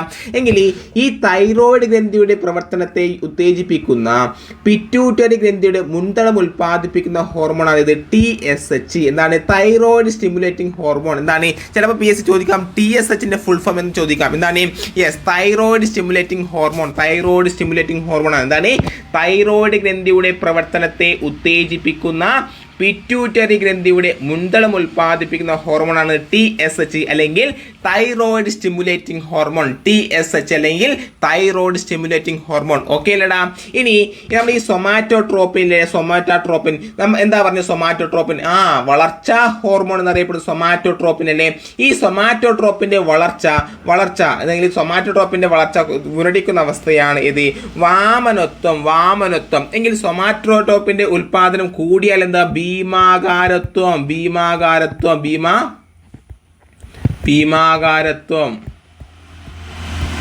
അപ്പം സൊമാറ്റോട്രോപ്പിന്റെ ഉൽപാദനം കുറഞ്ഞാല് വരൾച്ച മുരടിക്കും. ആ അവസ്ഥയെ വാമനത്വം എന്നും, അതുപോലെ തന്നെ സൊമാറ്റോട്രോപ്പിന്റെ ഉൽപാദനം കൂടിയാല് ഭീമാകാരത്വം എന്ന് പറയും. ഓക്കെ അല്ലടാ? ഇനി നമ്മുടെ വളർച്ച കാലഘട്ടത്തിന് ശേഷവും നമ്മുടെ ഈ സൊമാറ്റോട്രോപ്പിന്റെ ഉൽപാദനത്തിന്റെ ഫലമായിട്ട് നമ്മുടെ കൈകാലുകൾ എന്തൊക്കെ വിരലുകളൊക്കെ നീളം വെക്കുന്ന അവസ്ഥ എന്താ പറയാം? അക്രോമെഗാലി. ശരീരഭാഗങ്ങൾ നീളം വെക്കുന്ന അവസ്ഥ എന്ന് പറയാം അക്രോമെഗാലി എന്ന് പറയും. അതും കൂടി ഇവിടെ ഓർത്തു വെക്കണേ. യെസ്. അപ്പൊ നമ്മുടെ ചാനൽ ആദ്യമായിട്ട് കാണുന്ന കൂട്ടുകാർ നമ്മുടെ ചാനൽ സബ്സ്ക്രൈബ് ചെയ്യാൻ മറക്കരുത്. ഇപ്പോൾ തന്നെ ലൈക്ക് അടിക്കുക. അതുപോലെ നിങ്ങളുടെ വലിയ അഭിപ്രായങ്ങൾ കമന്റ് രൂപത്തിൽ രേഖപ്പെടുത്തുക. എത്തരത്തിലാണ് മാറ്റങ്ങൾ വരുത്തിയത് നിങ്ങളൊക്കെ കമന്റ് ഒക്കെ ഞാൻ ശ്രദ്ധിക്കാറുണ്ട്. വളരെ സന്തോഷം. കമന്റുകളൊക്കെ കേട്ട് വളരെ സന്തോഷം. Thank you. അപ്പോൾ ഇനിയും ഇത്തരത്തിലുള്ള കമന്റുകളൊക്കെ ഇട്ടാൽ മാത്രമേ എനിക്ക് കൂടുതൽ വീഡിയോസ് ചെയ്യാനുള്ള ഒരു പ്രചോദനം നിങ്ങൾക്ക് മനസ്സിലാകുന്നുണ്ട് എന്നൊക്കെ എനിക്ക് തിരിയൽ എങ്ങനെയാടാ എനിക്ക് മനസ്സിലാക്കുക എങ്ങനെയാണ് ഞാൻ എടുക്കുന്ന ക്ലാസ്സുകൾ നിങ്ങൾക്ക് മനസ്സിലാകുന്നുണ്ട്, നിങ്ങൾക്ക് പ്രയോജനപ്പെടുന്നുണ്ട് എന്ന് എനിക്ക് എങ്ങനെയാണ് മനസ്സിലാവുക? നിങ്ങളെ കമന്റിലല്ലേ? അപ്പം കമന്റുകൾ രേഖപ്പെടുത്തുക. ഓക്കെ അല്ലേ? അപ്പോൾ ഒന്നുമില്ലെങ്കിലും ഒരു ലൗച്ചിനും അല്ലെങ്കിൽ തംസ് അപ്പെങ്കിലും കമന്റ് ചെയ്യാൻ വേണ്ടി മറക്കല്ലേടാ. യെസ്. എങ്കിൽ നെക്സ്റ്റ് ക്വസ്റ്റ്യൻ ആണ് എന്താണ്? പകൽ സമയത്തെ അപേക്ഷിച്ച് രാത്രി കാലങ്ങളിൽ ഉൽപ്പാദിപ്പിക്കുന്ന ഹോർമോൺ അത് മെലാറ്റോണിൻ എന്നാണ്. ഈ മെലാറ്റോണിൻ ഉൽപ്പാദിപ്പിക്കുന്ന ഗ്രന്ഥിയാണ് പൈനിയൽ ഗ്രന്ഥി അല്ലെങ്കിൽ പീനിയൽ ഗ്രന്ഥി എന്നാണ്. പൈനിയൽ ഗ്രന്ഥി ഉൽപ്പാദിപ്പിക്കുന്ന ഹോർമോണാണ് മെലാറ്റോണിൻ. നമുക്ക് ഉറക്കം വരാൻ കാരണം എന്താണ്? മെലാറ്റോണിൻ ഉൽപ്പാദനം. നമുക്ക് രാത്രി കാലങ്ങളിൽ എല്ലാം ഉറക്കം വരിക. നമുക്ക് പുസ്തകം വായിക്കുമ്പോൾ ഉറക്കം വരുന്ന ആൾക്കാരൊക്കെ ഉണ്ട്. എന്നാലും പകൽ സമയത്തെ അപേക്ഷിച്ച് രാത്രി കാലങ്ങളിൽ കൂടുതലായി ഉൽപ്പാദിപ്പിക്കുന്ന ഹോർമോണാണ് മെലാറ്റോണിൻ. ഉറക്ക ഹോർമോൺ എന്നറിയപ്പെടുന്ന, ഉറക്കത്തിന് സഹായിക്കുന്ന ഹോർമോൺ, ഉറക്കം വരാൻ കാരണമാകുന്ന ഹോർമോൺ മെലാറ്റോണിൻ. ഈ മെലാറ്റോണിൻ ഉൽപ്പാദിപ്പിക്കുന്ന ഗ്രന്ഥിയാണ് കൂട്ടുകാരെ പൈനിയൽ ഗ്രന്ഥി. ഓക്കെ അല്ലേടാ? ഇനി ഈസ്ട്രജൻ, പ്രൊജസ്റ്ററോൺ എന്നീ ഹോർമോണുകൾ ഉൽപ്പാദിപ്പിക്കുന്ന അവയവം ഏതാണ്? അത് അണ്ഡാശയമാണ്. ഈസ്ട്രജൻ, പ്രൊജസ്റ്ററോൺ എന്നീ ഹോർമോണുകളെ ഉൽപ്പാദിപ്പിക്കുന്ന അവയവം ഏതെന്ന് ചോദിച്ചാൽ പറയണം കൂട്ടുകാരെ, അത് അണ്ഡാശയമാണ്. ഏതാണ്? അണ്ഡാശയം. ഓക്കെ. എങ്കിൽ നമ്മുടെ മനുഷ്യരിലെ ഹോർമോണുകൾ പഠിച്ചു. അതുപോലെ തന്നെ സസ്യ ഹോർമോണുകളും PSC ചോദിക്കാറുണ്ട്. എന്താണ്? വാതക രൂപത്തിലുള്ള ഒരേ ഒരു സസ്യ ഹോർമോൺ PSC പലതവണ ആവർത്തിച്ചു. ഏതാണ്? എഥിലീൻ. വാതക രൂപത്തിലുള്ള ഒരേ ഒരു സസ്യ ഹോർമോണാണ് കൂട്ടുകാരെ ഇത് എഥിലീൻ. വാതക രൂപത്തിലുള്ള ഒരേ ഒരു സസ്യ ഹോർമോണാണ് എഥിലിനെങ്കിൽ പഴവർഗ സസ്യങ്ങളിൽ ഒരേ സമയത്ത് വിളവെടുപ്പ് നടത്താൻ സഹായിക്കുന്ന കൃത്രിമ സസ്യ ഹോർമോൺ. ഇതും ചോദിച്ചില്ലേടാ? നിങ്ങൾ PSC പരീക്ഷകളിലെ പ്രീവിയസ് ഇയർ ക്വസ്റ്റ്യൻസ് ഒക്കെ നോക്കുന്ന കൂട്ടുകാരാണെങ്കിൽ നിങ്ങൾക്ക് ഈ ക്വസ്റ്റ്യൻസ് ഒക്കെ കാണാൻ വേണ്ടി സാധിക്കും. അപ്പം അബ്സസിക് ആസിഡ് എന്നാണ് പഴവർഗ സസ്യങ്ങൾ. നമുക്കറിയില്ലേ നമ്മുടെ ജാക്ക് ഫ്രൂട്ട് ഒക്കെ ഒരുമിച്ച് പഴുത്താൽ മാത്രമേ അവർക്ക് കച്ചവട സാധ്യതയൊക്കെ ഉള്ളൂ. എന്താണ്? കൂടുതൽ സ്ഥലങ്ങളിലൊക്കെ കൊടുക്കാൻ വേണ്ടിയിട്ട് എങ്ങനെ സാധിക്കൂ? ഒരുമിച്ച് പഴുക്കണം അല്ലേ? ഒരുമിച്ച് പാകമാകാൻ മാത്രമേ കച്ചവട സാധ്യത കൂടുകയുള്ളൂ. അപ്പം ഇത്തരത്തിൽ ഒരുമിച്ച് കായ്ക്കാൻ വേണ്ടിയിട്ട്, ഒരുമിച്ച് പഴുക്കാൻ വേണ്ടിയിട്ട് പഴവർഗ സസ്യങ്ങളിൽ ഒരേ സമയത്ത് വിളവെടുപ്പ് നടത്താൻ സഹായിക്കുന്ന കൃത്രിമ സസ്യ ഹോർമോണാണ് ഇത് ആബ്സസിക് ആസിഡ് എന്ന് പറയുന്നത്. ഓക്കെ അല്ലേ? അപ്പം പഴവർഗ സസ്യങ്ങളിൽ ഒരേ സമയത്ത് വിളവെടുപ്പ് നടത്താൻ സഹായിക്കുന്ന കൃത്രിമ സസ്യ ഹോർമോണാണ് ആബ്സസിക് ആസിഡ് എങ്കിൽ കോശ വളർച്ച, കോശ ദീർഘീകരണം, അഗ്രമുകുളത്തിന്റെ വളർച്ച, ഫലരൂപീകരണം എന്നിവയെ സഹായിക്കുന്ന സസ്യ ഹോർമോൺ ഏതാണ്? അത് ഓക്സിനാണ്. എന്തിനാണ് ഓക്സിൻ സഹായിക്കുന്നത്? നമ്മുടെ കോശ വളർച്ച, കോശ ദീർഘീകരണം, അഗ്രമുകുളത്തിന്റെ വളർച്ച, ഫലരൂപീകരണം എന്നിവയെ സഹായിക്കുന്ന സസ്യ ഹോർമോൺ ആണ് കൂട്ടുകാരെ ഓക്സിൻ. ഓക്കെ അല്ലേടാ? ഇനി മറ്റൊരു ക്വസ്റ്റ്യൻ ആണ്. എന്താണ് എഥിഫോൺ എന്ന് പറയുന്നത്? എഥിഫോൺ എന്താണ്? എഥിഫോൺ എന്ന് പറഞ്ഞാൽ റബ്ബറിന്റെ പാൽ ഉൽപാദനം വർദ്ധിപ്പിക്കാൻ ഉപയോഗിക്കുന്ന ദ്രാവക രൂപത്തിലുള്ള പദാർത്ഥമാണ് എഥിഫോൺ എന്ന് പറയുന്നത്. എഥിഫോൺ പി ചോദിച്ചിന്റെ എന്താണ് നമ്മുടെ റബ്ബർ പാല് ഈ റബ്ബർ മരങ്ങളിലെ പാൽ ഉൽപാദനം വർദ്ധിപ്പിക്കാൻ ഉപയോഗിക്കുന്ന ദ്രാവക രൂപത്തിലുള്ള പദാർത്ഥമാണ് എഥിഫോൺ എന്ന് പറയുന്നത്. എഥിഫോൺ ഓക്കെ അല്ലേ? അപ്പോൾ ഈ കാര്യങ്ങൾ ഞാൻ ഒന്നും കൂടി ആവർത്തിക്കട്ടെ. യെസ്, പല കൂട്ടുകാരും നമ്മുടെ ക്ലാസ്സിൽ ഒരു തവണ പല റേഞ്ചിലുള്ള കൂട്ടുകാരൊക്കെ കാണുന്നുണ്ടാവും. ചിലപ്പം ബേസിക് ലെവലിലെ കൂട്ടുകാർക്ക് നമ്മളെ ഫോളോ ചെയ്യാൻ വേണ്ടി പറ്റണമെന്നില്ല. അവർക്ക് വേണ്ടിയിട്ട് ഞാൻ 2-3 തവണ വേണമെങ്കിൽ ആവർത്തിക്കാം. ഓക്കെ അല്ലേടാ? യെസ്. എങ്കിൽ മുലപ്പാൽ ഉൽപാദനത്തിൽ സഹായിക്കുന്ന പിറ്റ്യൂട്ടറി ഗ്രന്ഥിയുടെ മുൻതളം ഉൽപ്പാദിപ്പിക്കുന്ന ഹോർമോണാണ് കൂട്ടുകാരെ പ്രൊലാക്റ്റിൻ. ഏതാണ്? പ്രൊലാക്റ്റിൻ. എങ്കിൽ വൃക്കയിൽ ജലത്തിന്റെ പുനരാഗിരണത്തിന് സഹായിക്കുന്ന ഹോർമോൺ ഏതാണ്? അത് വാസോപ്രസിൻ. വൃക്കയിൽ ജലത്തിന്റെ പുനരാഗിരണത്തിന് സഹായിക്കുന്ന ഹോർമോൺ ഏതാണ് കൂട്ടുകാരെ? അത് വാസോപ്രസിൻ ആണെങ്കിൽ എന്റെ നെക്സ്റ്റ് ക്വസ്റ്റ്യൻ ആണ്, തൈറോയ്ഡ് ഗ്രന്ഥിയുടെ പ്രവർത്തനത്തെ ഉത്തേജിപ്പിക്കുന്ന പിറ്റ്യൂട്ടറി ഗ്രന്ഥിയുടെ മുൻതളം ഉൽപ്പാദിപ്പിക്കുന്ന ഹോർമോൺ ആണ് TSH. എന്താണ് TSHന്റെ full form? Thyroid stimulating hormone. എന്താണ്? തൈറോയ്ഡ് സ്റ്റിമുലേറ്റിംഗ് ഹോർമോൺ എന്നാണ് TSHന്റെ ഫുൾ ഫോം എങ്കിൽ സൊമാറ്റോട്രോപ്പിന്റെ ഉൽപാദനം കുറഞ്ഞാലുള്ള അവസ്ഥ വാമനത്വം, കൂടിയാലുള്ള അവസ്ഥ ഭീമാകാരത്വം. ഏതിന്റെ ഉൽപാദനം? സൊമാറ്റോട്രോപ്പ്. എന്താ സൊമാറ്റോട്രോപ്പിന്റെ പ്രത്യേകത? വളർച്ചാ ഹോർമോൺ എന്നറിയപ്പെടുന്നത് സൊമാറ്റോട്രോപ്പിനാണ്. ഓക്കെ അല്ലേടാ? ഇനി നമ്മുടെ പകൽ സമയത്തെ അപേക്ഷിച്ച് രാത്രി കാലങ്ങളിൽ കൂടുതലായി ഉൽപ്പാദിപ്പിക്കുന്ന ഹോർമോൺ ഏതെന്ന് ചോദിച്ചാൽ പറയണം കൂട്ടുകാരെ, അത് മെലാട്ടോണിൻ ആണ്. ഏതാണ്? മെലാട്ടോണിൻ ആണെങ്കിൽ മെലാട്ടോണിൻ ഉൽപ്പാദിപ്പിക്കുന്ന ഗ്രന്ഥി പൈനിയൽ ഗ്രന്ഥി അല്ലെങ്കിൽ പീനിയൽ ഗ്രന്ഥി. മെലാട്ടോണിൻ ഉൽപ്പാദിപ്പിക്കുന്ന ഗ്രന്ഥി ഏതാണ്? പൈനിയൽ ഗ്രന്ഥി. ഇനി ഈസ്ട്രജൻ, പ്രൊജസ്റ്ററോൺ എന്നീ ഹോർമോണുകളെ ഉൽപ്പാദിപ്പിക്കുന്ന അവയവമാണ് അണ്ഡാശയം. ഏത്? അണ്ഡാശയം. ഈസ്ട്രജൻ, പ്രൊജസ്റ്ററോൺ എന്നീ ഹോർമോണുകളെ ഉൽപ്പാദിപ്പിക്കുന്ന അവയവം ഏതാണ്? അണ്ഡാശയമാണെങ്കിൽ വാതക രൂപത്തിലുള്ള ഒരേ ഒരു സസ്യ ഹോർമോണാണ് കൂട്ടുകാരെ എഥിലീൻ. എങ്കിൽ പഴവർഗ സസ്യങ്ങളിൽ ഒരേ സമയത്ത് വിളവെടുപ്പിന് സഹായിക്കുന്ന കൃത്രിമ സസ്യ ഹോർമോണാണ് ആബ്സസിക് ആസിഡ്. ഏതാണ്? ആബ്സസിക് ആസിഡ് എങ്കിൽ കോശ വളർച്ച, കോശ ദീർഘീകരണം, അഗ്രമുകുളത്തിന്റെ വളർച്ച, ഫലരൂപീകരണം എന്നിവയെ സഹായിക്കുന്ന സസ്യ ഹോർമോൺ ഓക്സിനാണ്. സെറ്റിലിടാം. ഇനി റബ്ബർ പാലിന്റെ ഉൽപാദനം വർദ്ധിപ്പിക്കാൻ വേണ്ടിയിട്ട് ഉപയോഗിക്കുന്ന ദ്രാവക രൂപത്തിലുള്ള പദാർത്ഥമാണ് എഥിഫോൺ. ഓക്കെ അല്ലേ? ഇനി മറ്റൊരു ക്വസ്റ്റ്യൻ ആണ്, AB രക്തഗ്രൂപ്പുള്ള വ്യക്തികൾ സാർവിക സ്വീകർത്താവ് അല്ലേ? സാർവിക സ്വീകർത്താവ് എന്ന് വിളിക്കാൻ കാരണം എന്താണ്? അവയുടെ പ്ലാസ്മയിൽ ആന്റിബോഡി എയും ആന്റിബോഡി ബിയും ഇല്ല. ഓക്കെ അല്ലേ? ഇനി ആന്റിബോഡി ഇല്ലാത്ത രക്തഗ്രൂപ്പ് എന്ന് PSC ചോദിച്ചു. എന്നാണ് ആന്റിബോഡി ഇല്ലാത്ത രക്തഗ്രൂപ്പ് AB ഗ്രൂപ്പ് അല്ലേ? അതുകൊണ്ട് തന്നെ ആന്റിബോഡി ഇല്ലാത്തത് കൊണ്ട് ആർക്കും നമുക്ക് എന്ത് സ്വീകരിക്കാം? സാർവിക സ്വീകർത്താവ് അല്ലെ? ABക്ക് ഏത് രക്തഗ്രൂപ്പും സ്വീകരിക്കാൻ വേണ്ടി പറ്റും. അതുകൊണ്ട് തന്നെ സാർവിക സ്വീകർത്താവ് എന്നറിയപ്പെടുന്ന AB ഗ്രൂപ്പ് ആണെങ്കിൽ A രക്തഗ്രൂപ്പിലെ ആന്റിബോഡി എന്നാടാം? A രക്തഗ്രൂപ്പിലെ ആന്റിബോഡി B ആണ്. എങ്കിൽ A രക്തഗ്രൂപ്പിലെ ആന്റിജൻ ഏതാണ്? ആന്റിജൻ A ആണ്. ആന്റിബോഡി B ആണ്. A രക്തഗ്രൂപ്പിൽ ഏതാണോ ഗ്രൂപ്പ് എടുക്കുന്നത്, ഏത് ഗ്രൂപ്പാണോ എടുക്കുന്നത് ആന്റിജൻ ആ ഗ്രൂപ്പ് തന്നെയായിരിക്കും. അപ്പം A രക്തഗ്രൂപ്പിൽ ആന്റിജൻ എയും A രക്തഗ്രൂപ്പിൽ ആന്റിബോഡി ബിയുമായിരിക്കും. എങ്കിൽ എൻ്റെ ക്വസ്റ്റ്യൻ ആണ്, O രക്തഗ്രൂപ്പിലെ ആന്റിബോഡി എന്താടാ? ആന്റിബോഡി എയും ഉണ്ട്, ആന്റിബോഡി ബിയും. എങ്കിൽ ആന്റിബോഡി എയും ആന്റിബോഡി ബിയും O രക്തഗ്രൂപ്പിൽ എങ്കിൽ ആന്റിജൻ. O രക്തഗ്രൂപ്പിൽ ആന്റിജൻ ആണോ? ആന്റിജൻ ഇല്ല അല്ലെ? O രക്തഗ്രൂപ്പിൽ ആന്റിജൻ ഇല്ല. അപ്പം PSC ചോദിക്കുകയാണ്, O രക്തഗ്രൂപ്പിൽ അടങ്ങിയിട്ടുള്ള ആന്റിജൻ ഏതെന്ന് ചോദിച്ചാൽ പറയണം O രക്തഗ്രൂപ്പിൽ ആന്റിജൻ ഇല്ല കൂട്ടുകാരെ. ആന്റിജൻ ഇല്ല. A രക്തഗ്രൂപ്പിൽ ആന്റിബോഡി ബിയും ആന്റിജൻ എയും, ബി രക്തഗ്രൂപ്പിൽ എന്താണ്? ആന്റിജൻ എയും ബി രക്തഗ്രൂപ്പിൽ ആന്റിജൻ ബിയും ആന്റിബോഡി എയും ആയിരിക്കും. അതും ഒന്ന് ഓർത്തു വെക്കുക. ഓക്കെ അല്ലേ? ഇതിന്റെ കൃത്യമായ ഒരു ടേബിള് നമ്മുടെ ടെലഗ്രാമിൽ ഇതില്ലേ നമ്മുടെ ടെലഗ്രാമിൽ നമ്മൾ ഒരു ഓഡിയോ ക്ലാസ് എടുത്തിട്ടുണ്ടായിരുന്നു. അതിൽ നമ്മൾ കൃത്യമായിട്ട് പറഞ്ഞിട്ടുണ്ട്. അത് SCERT ടേബിളൊക്കെ നമ്മൾ കൃത്യമായിട്ട് അതിൽ പറഞ്ഞിട്ടുണ്ട് കേട്ടോ. നമ്മുടെ ടെലഗ്രാം ചാനൽ ജോയിൻ ചെയ്യാത്ത കൂട്ടുകാർ ടെലഗ്രാം ചാനൽ ജോയിൻ ചെയ്യുക. ഈ PDF നിങ്ങൾക്ക് ഏത് ലഭിക്കും? നമ്മുടെ ടെലഗ്രാം ചാനൽ ലഭിക്കും. ഓക്കെ അല്ലേടാ? യെസ്. ഇനി ആന്റിജൻ ഇല്ലാത്ത രക്തഗ്രൂപ്പാണ് ഇത്. യെസ്, O ഗ്രൂപ്പ് അല്ലേ? ആന്റിജൻ ഇല്ലാത്ത രക്തഗ്രൂപ്പാണ് കൂട്ടുകാരെ O ഗ്രൂപ്പ്. എങ്കിൽ രക്തത്തിലെ ഹീമോഗ്ലോബിന്റെ അളവ് എത്രയാണ്? PSC ചോദിച്ചു. എത്രയാണ്? 12 to 17 ഗ്രാം per 100 ml. എന്താണ് 12 to 17 gram per 100 ml ആണ് രക്തത്തിലെ ഹീമോഗ്ലോബിൻ്റെ അളവ്. രക്തത്തിലെ ഹീമോഗ്ലോബിൻ്റെ അളവ് എത്രയാണ് കൂട്ടുകാരെ? 12 to 70 gram per 100 ml. ഇതിൽ ആദ്യമായി ആൻറ്റിബയോട്ടിക്കുകൾ കണ്ടെത്തിയത് ആരാണ്? അത് അലക്സാണ്ടർ ഫ്ലെമിംഗ് എന്നാണ്.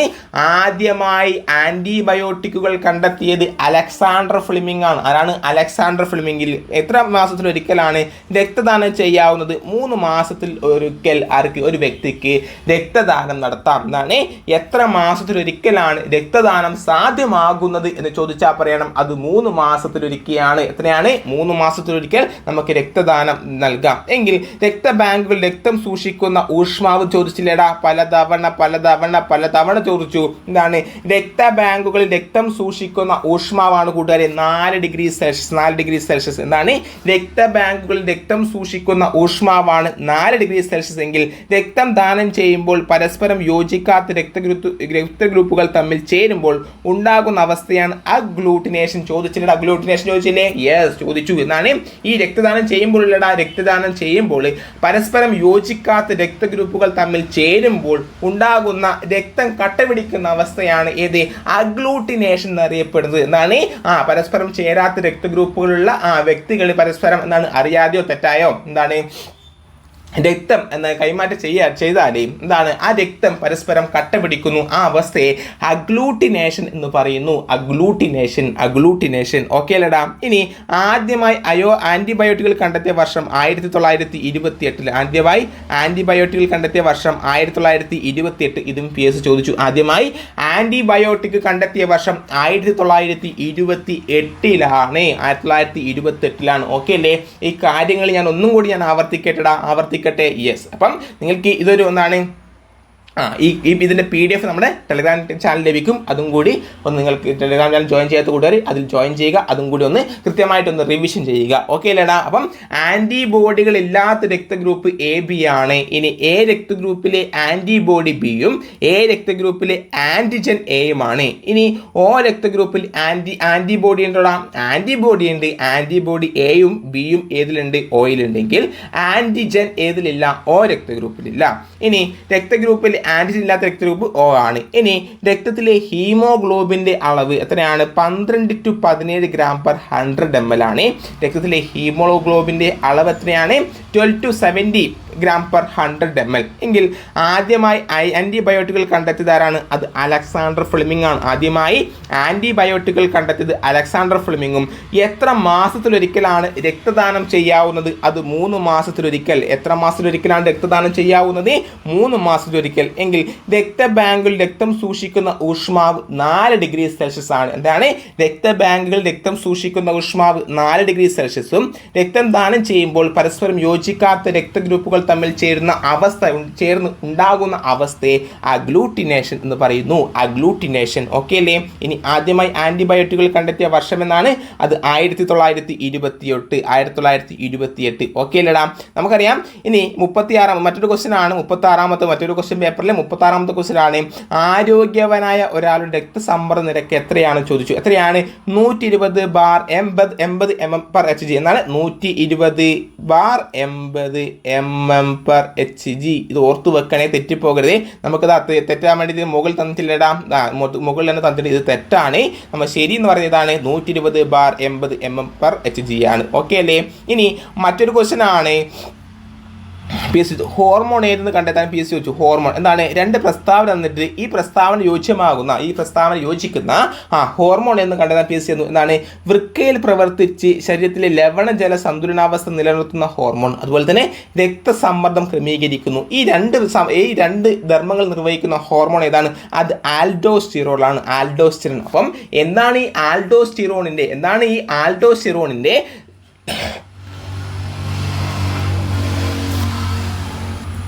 ഈ ആൽഡോസ്റ്റിറോണിന്റെ ധർമ്മം എന്തെന്ന് ചോദിച്ചാൽ പറയണം അത് വൃക്കയിൽ പ്രവർത്തിച്ച് ശരീരത്തിലെ ലവണജല സന്തുലനാവസ്ഥ നിലനിർത്തുന്നു. അതുപോലെ തന്നെ രക്തസമ്മർദ്ദം മനുഷ്യരിലെ രക്തസമ്മർദ്ദം ക്രമീകരിക്കാൻ സഹായിക്കുന്ന ഹോർമോണാണ് കൂട്ടുകാരെ ഏത്? ആൽഡോസ്റ്റിറോൺ.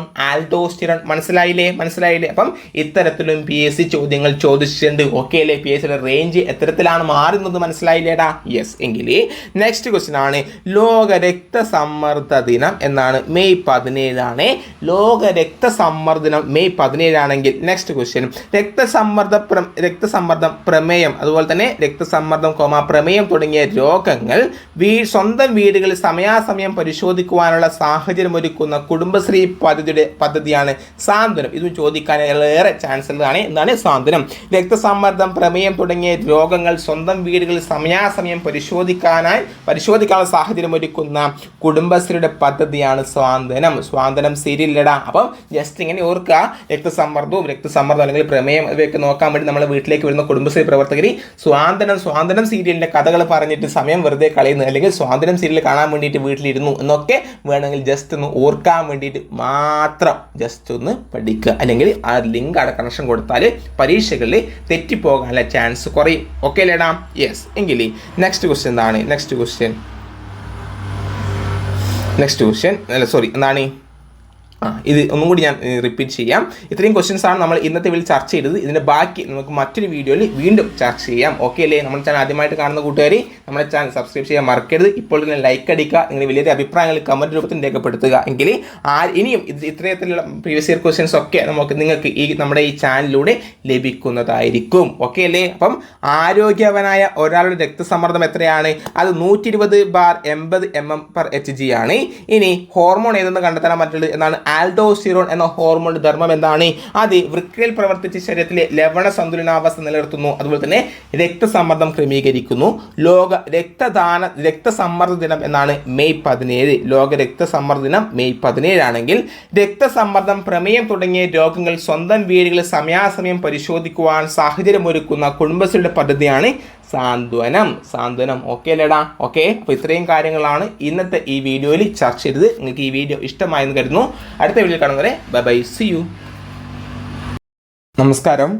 PSC ട്രിക്സിൻ്റെ ഏറ്റവും പുതിയ വീഡിയോയിലേക്ക് എല്ലാ കൂട്ടുകാർക്കും സ്വാഗതം. അപ്പോൾ നമ്മൾ ഇന്നത്തെ വീഡിയോയിൽ ചർച്ച ചെയ്യുന്ന തൊഴിൽ വാർത്ത പ്രസിദ്ധീകരിച്ച 2024 ലേറ്റസ്റ്റ് ജൂലൈ 15 വരെയുള്ള സ്പോർട്സിൽ, അതായത് PSC ചോദിച്ച ഈ കഴിഞ്ഞ പരീക്ഷയിൽ ചോദിച്ച സ്പോർട്സിലെ കറണ്ട് അഫയേഴ്സ് ഉൾപ്പെടെയുള്ള ചോദ്യങ്ങൾ തയ്യാറാക്കിയ ഒരു പതിപ്പാണ്. നമ്മുടെ ചാനൽ ആദ്യമായിട്ട് കാണുന്ന കൂട്ടുകാർ നമ്മുടെ ചാനൽ സബ്സ്ക്രൈബ് ചെയ്യാൻ മറക്കരുത്. അതുപോലെ ഈ വീഡിയോ ആദ്യം മുതൽ അവസാനം വരെ കാണുക. അതുപോലെ നമ്മുടെ ചാനലിലുള്ള മറ്റു വീഡിയോസുകളും കാണാൻ വേണ്ടി ശ്രമിക്കുക കേട്ടോ. ഓക്കെ അല്ലേടാ? അപ്പം ഫസ്റ്റ് നമ്മൾ ചർച്ച ചെയ്യുന്ന ക്വസ്റ്റ്യൻ എന്താണ്?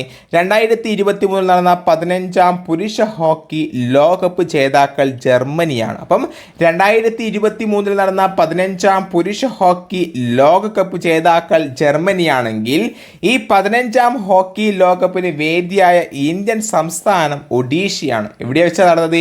ഒഡീഷയിൽ വെച്ചാണ് 2023 15ാം പുരുഷ ഹോക്കി ലോകകപ്പ് നടന്നത്.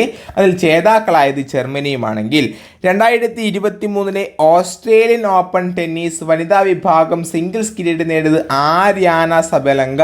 ഓസ്ട്രേലിയൻ ഓപ്പണും ഫ്രഞ്ച് ഓപ്പണും അതൊക്കെ PSC ചോദിക്കാറുണ്ട്, ഓർത്ത് വെച്ചോ. എന്താണ്? 2023 ഓസ്ട്രേലിയൻ ഓപ്പൺ ടെന്നീസ് വനിതാ വിഭാഗം സിംഗിൾസ് കിരീടം നേടിയത് ആര്യാന സബലങ്ക എങ്കിൽ 2023 ഓസ്ട്രേലിയൻ ഓപ്പൺ പുരുഷ വിഭാഗത്തിൽ കിരീടം നേടിയത് നൊവാക് ജോക്കോവിച്ച്. 2023 ഓസ്ട്രേലിയൻ ഓപ്പൺ പുരുഷ വിഭാഗത്തിൽ കിരീടം നേടിയതാരാണ്? നൊവാക് ജോക്കോവിച്ച്. സെറ്റല്ലേ? യെസ്. എങ്കിൽ 2023 ഫ്രഞ്ച് ഓപ്പൺ വനിതാ വിഭാഗം സിംഗിൾസ് കിരീടം നേടിയതാരാടാ? അത് ആരാണ്? Iga Swiatek. ആരാണ്? ഇഗ സ്വിയാടെക് ആണ്. ഒന്നുകൂടി ഞാൻ ആവർത്തിക്കാം. 2023 ഓസ്ട്രേലിയൻ ഓപ്പൺ ടെന്നീസ് വനിതാ വിഭാഗം സിംഗിൾസ് കിരീടം നേടിയത് ആര്യാന സബല എങ്കിൽ 2023 ഫ്രഞ്ച് ഓപ്പൺ വനിതാ വിഭാഗം സിംഗിൾസ് കിരീടം നേടിയത് ഫ്രഞ്ച് ഓപ്പൺ എന്നാണ് ഇഗ സ്വിയാടെക്. എങ്കിൽ 2023 ഫ്രഞ്ച് ഓപ്പൺ പുരുഷ വിഭാഗം സിംഗിൾസ് കിരീടം നേടിയതാരാണ്? അത് നൊവാക് ജോക്കോവിച്ച്. ഈ നൊവാക് ജോക്കോവിച്ച് എന്തൊക്കെ നേടി? ഓസ്ട്രേലിയൻ ഓപ്പണും ഫ്രഞ്ച് ഓപ്പണും ആരാ നേടിയത്? യെസ്, 2023 ഓസ്ട്രേലിയൻ ഓപ്പണും ഫ്രഞ്ച് ഓപ്പണും നേടിയതാരാണ്? അത് നൊവാക് ജോക്കോവിച്ച്. പുരുഷ വിഭാഗം നൊവാക് ജോക്കോവിച്ച് ആണ്, ഓർത്തു വെച്ചോ. എങ്കിൽ 2023 വിംബിൾട്ടൺ വനിതാ സിംഗിൾസ് കിരീടം നേടിയത് ആരാണ്? അത് മാർക്കറ്റ വാൻഡ്രോഷോവ. 2023 വിംബിൾട്ടൺ വനിതാ സിംഗിൾസ് കിരീടം നേടിയതാരാണ്? അതേ മാർക്കറ്റ വാൻഡ്രോഷോവ. എങ്കിൽ 2023 വിംബിൾട്ടൺ പുരുഷ വിഭാഗം ചാമ്പ്യൻ കാർലോസ് അൽക്കാരസ്. ആരാണ്?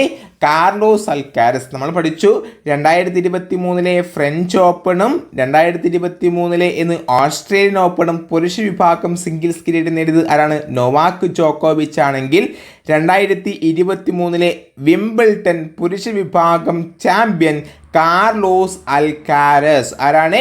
Carlos Alcaraz. PSC ചോദിച്ചിട്ടുണ്ട്, ഇനിയും ചോദിക്കും, ഓർത്തു വെച്ചോ. എങ്കിൽ 2023 US ഓപ്പൺ വനിതാ സിംഗിൾസ് കിരീടം നേടിയത് ആരാണ്? അത് കോഗോ ഗോഫ് ആണ്. കോഗോ ഗോഫ് എന്നാണ് 2023 US ഓപ്പൺ വനിതാ സിംഗിൾസ് കിരീടം നേടിയത് കോഗോ ഗോഫ്. എങ്കിൽ 2023 US ഓപ്പൺ പുരുഷ സിംഗിൾസ് കിരീടം നേടിയത് ആരാണ്? നൊവാക് ജോക്കോവിച്ച്. ആരാണ്?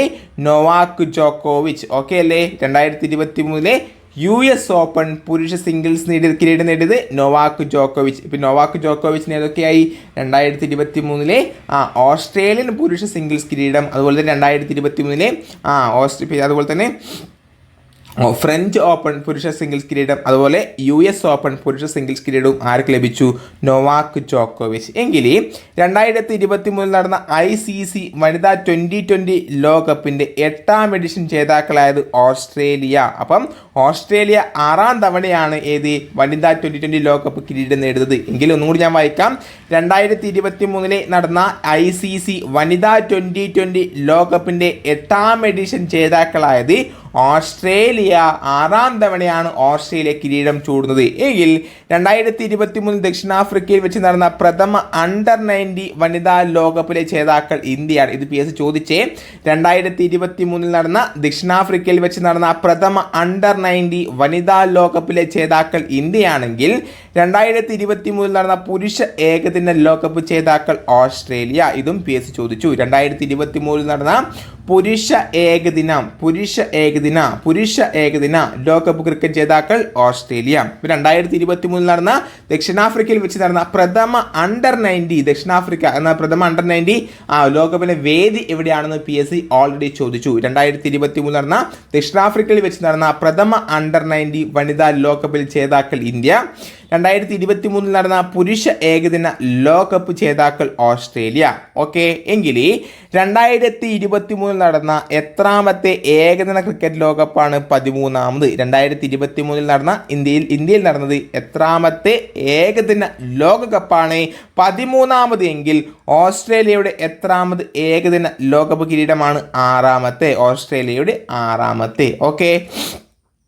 എങ്കിൽ ഈ 13ാം ഏകദിന ലോകകപ്പ് ടൂർണമെൻറ്റിൽ ഏറ്റവും കൂടുതൽ റൺസ് നേടിയ താരമാരാണ്? അത് വിരാട് കോഹ്ലി. ആരാണ്? വിരാട് കോഹ്ലി. 13ാം ഏകദിന ലോകകപ്പ് ടൂർണമെൻറ്റിൽ ഏറ്റവും കൂടുതൽ റൺസ് നേടിയ താരം വിരാട് കോഹ്ലി. എങ്കിൽ ഈ 13ാം ഏകദിന ലോകകപ്പിൽ ഏറ്റവും കൂടുതൽ വിക്കറ്റുകൾ സ്വന്തമാക്കിയ താരം മുഹമ്മദ് ഷമി.